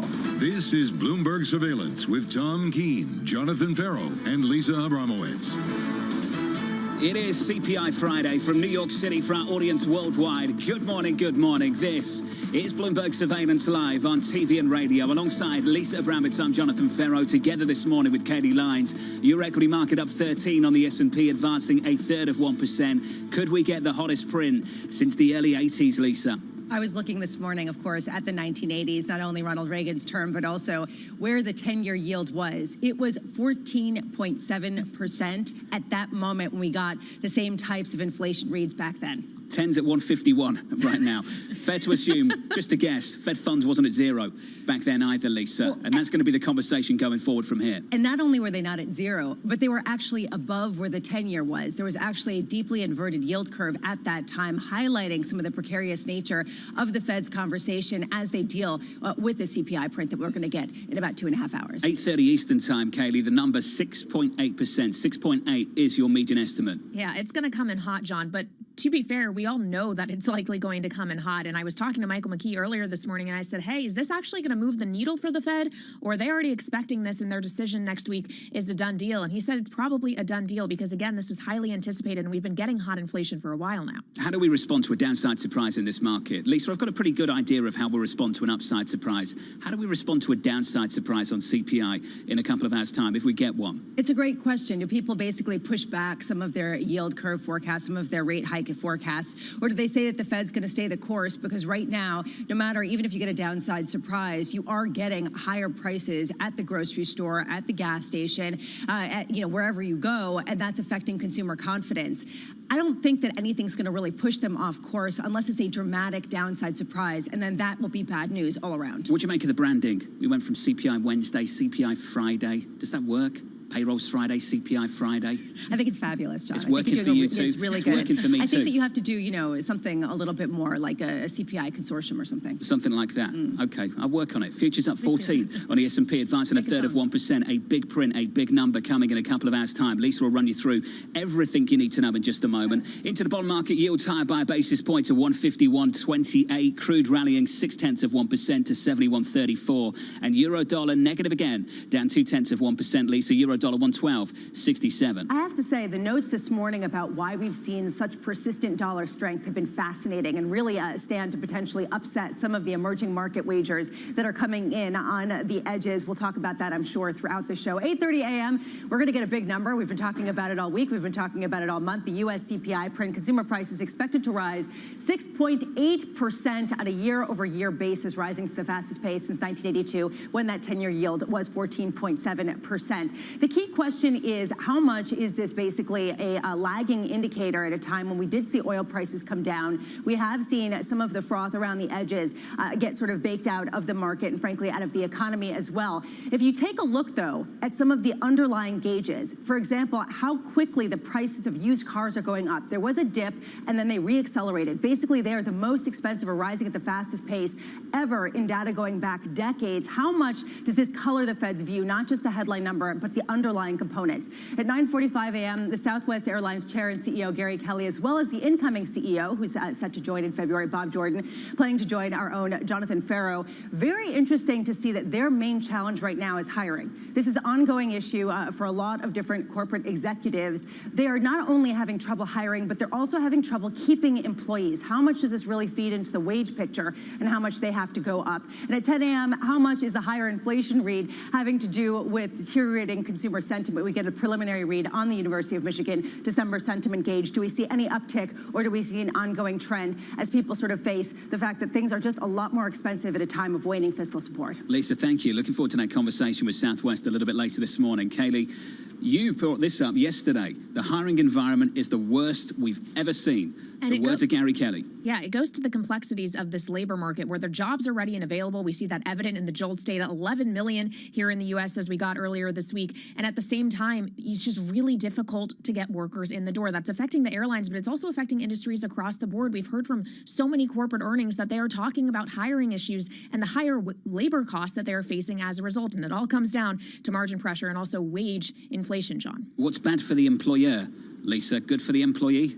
The worst we've ever seen from Gary Kelly may be great if you're in the labor market right now. This is wonderful. This is wonderful news for the U.S. economy. This is what people want to see. They want to see particularly people on the lower end of the wage spectrum earn more. The problem is if it impedes growth or if it impedes some of the hiring plans of companies, and if it makes them turn more to robots than to humans, which is something that some people have been worried about. So you think when corporate America complains, it's a good thing for the U.S. economy? You're really going to go broad with that? Yeah, anytime they complain, it's good for the U.S. economy. Just raising a question. You're trying to tweak me up. That's all I'm doing. It's 5 minutes into this show. I'm already depressed. Honestly, I think that it's not always the case. In this moment, even though it's hard for them to hire, it's a nuanced issue because if they cannot deliver the services, that's not good. If they cannot deliver the goods, that will slow the economy. If they just have to pay more, well, all things being equal, if they can afford it, great. Tom's away. You know, just need someone to wind up. George Concalvo's joining us now. Doing a great job. Head of US macro strategy at MUFG. George, 8:30 Eastern time, CPI in America. Run me through the playbook. What are you looking for, sir? Yeah, look, today is obviously an odd day calling it CPI Friday. I know that you all are enjoying it. I'm not sure if traders can really hack two kind of key Fridays in a row. Last Friday, which feels like an eternity, you had a weakish but actually strong NFP under the surface. Yet the bond market ended up rallying massively and really catching people off guard. The trick is, like, this is December. It's hard trading. It's been a hard year all around.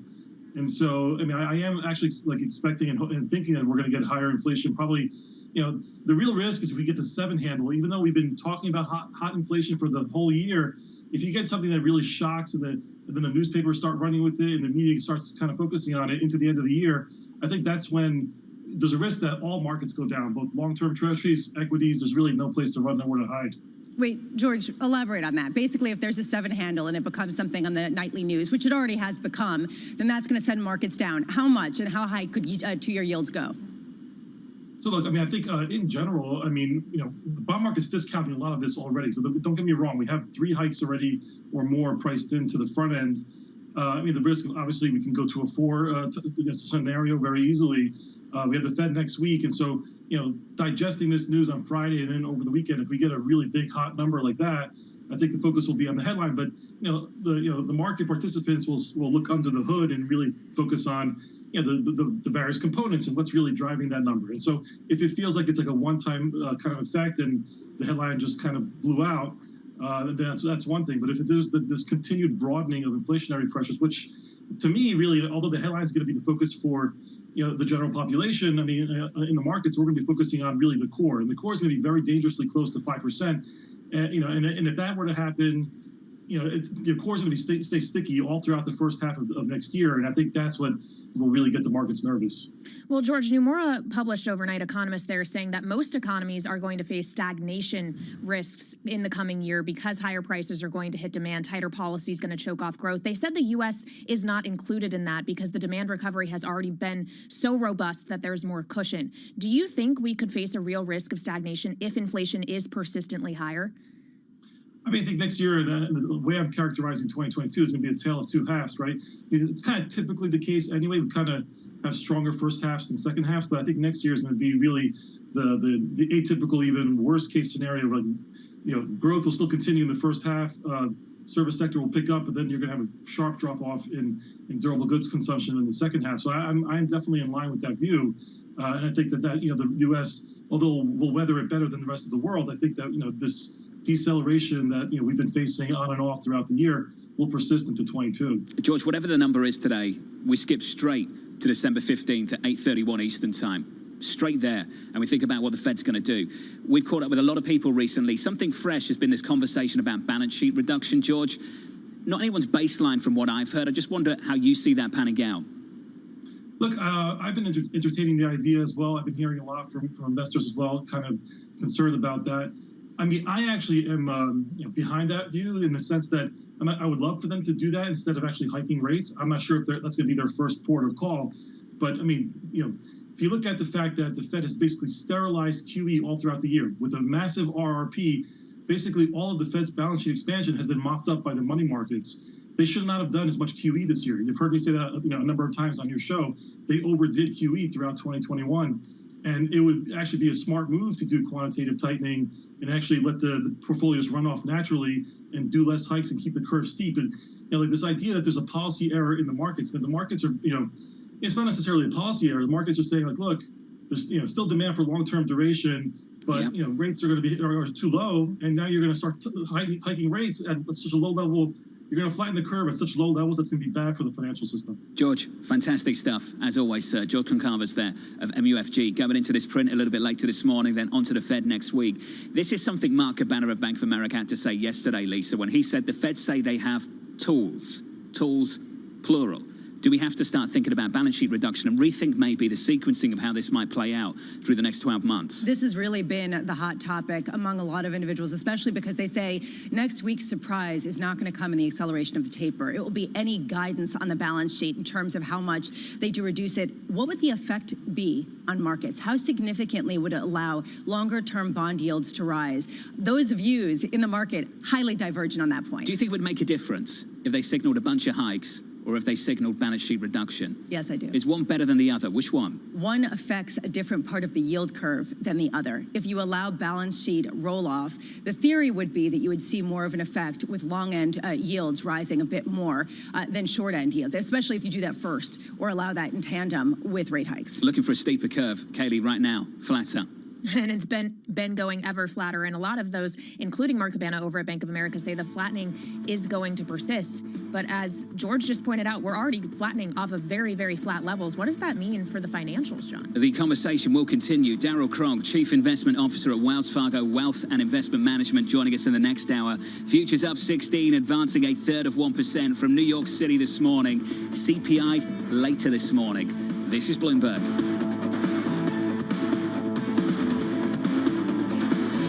News, I'm Rishka Gupta. It's a legal blow to a man who has spent almost a decade fighting attempts to remove him from Britain. Judges in the UK have granted a US request to extradite WikiLeaks founder Julian Assange.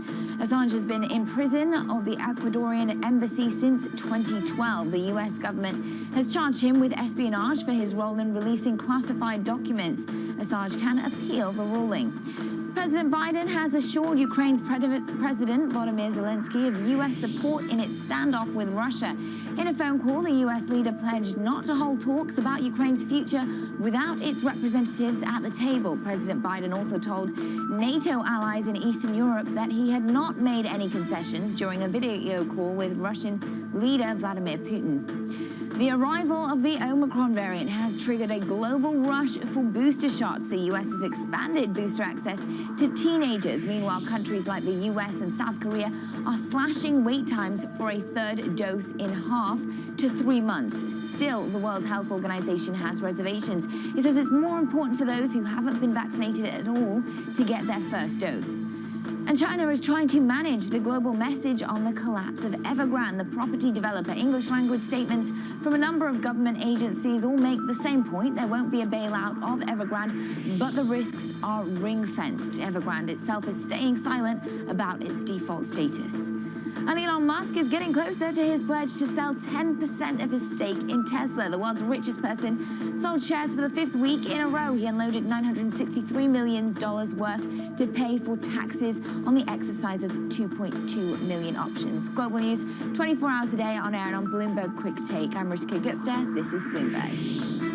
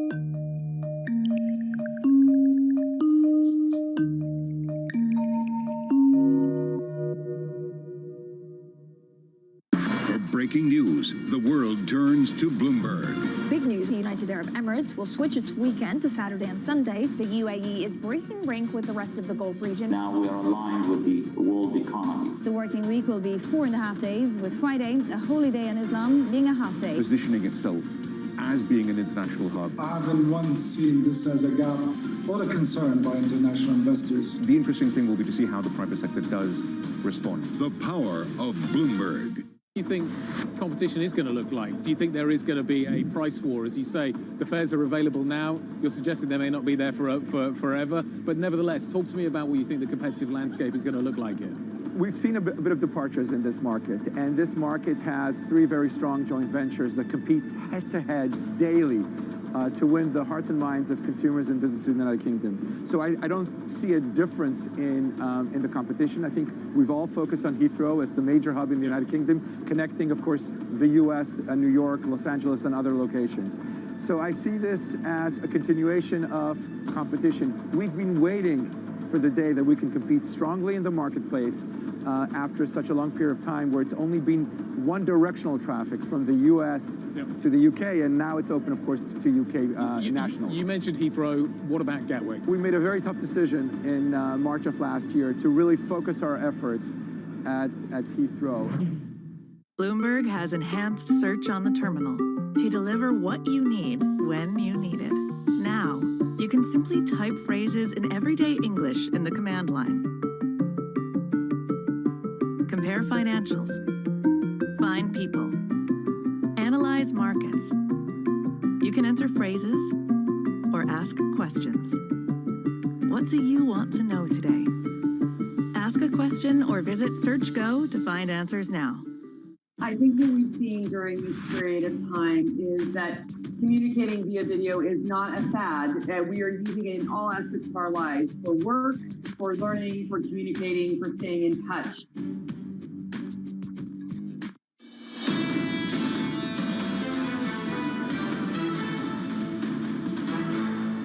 We deserve access to that market. You know, China has committed to a certain amount of purchases of, you know, farming goods, food goods, airplanes, et cetera. They ought to live up to that commitment, which creates jobs in America. We're going to keep pushing on behalf of U.S. industries and U.S. workers. Who does that sound like? The new administration? Just like the old administration. Gina Raimondo there, U.S. Secretary of Commerce. Fantastic conversation yesterday on Bloomberg TV and radio. From New York City this morning, good morning, alongside Lisa Abramowitz and Katie Lyons. I'm Jonathan Ferro. Tom Keene back with us next week. In your equity market, up 16 on the S&P, advancing 1/3%. Yield higher by just a couple of basis points to 151.45 on twos at the highs of the year, going into CPI 2 hours and 12 minutes away.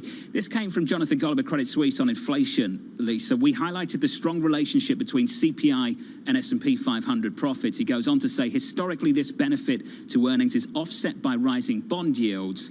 In the current environment, however, inflation is not translating into higher rates. It's a huge benefit for stocks. Just an idea of how he thinks this plays out, from inflation into profits, into the performance of the S&P 500. Which is part of the reason why he upgraded his expectation for the S&P's final 2022 target at, what, 5,200? Basically saying the discount rate would remain low even as you saw stocks benefit for some of the growth and the inflation. Stocks being the best inflation hedge. How many times have we heard that from a lot of strategists? We've heard that a lot, and it's worked out this year for sure. 5,200 from 5K over at Credit Suisse, Katie. And as we keep saying on this program, the spread between the top and the bottom, incredibly wide. Yeah, that's what, almost 20% above the 4,400 that Morgan Stanley sees. It's really interesting to see this divergence, John. Even though a lot of the calls are the same, Morgan Stanley has now pulled forward its expectations for when the Fed lifts off. Granted, in September, it's later than some other strategists, but we're still all on the same path of the economy is still going to be looking good for the most part. The Fed is going to normalize, and yet where that leaves the equity market at the end of the year,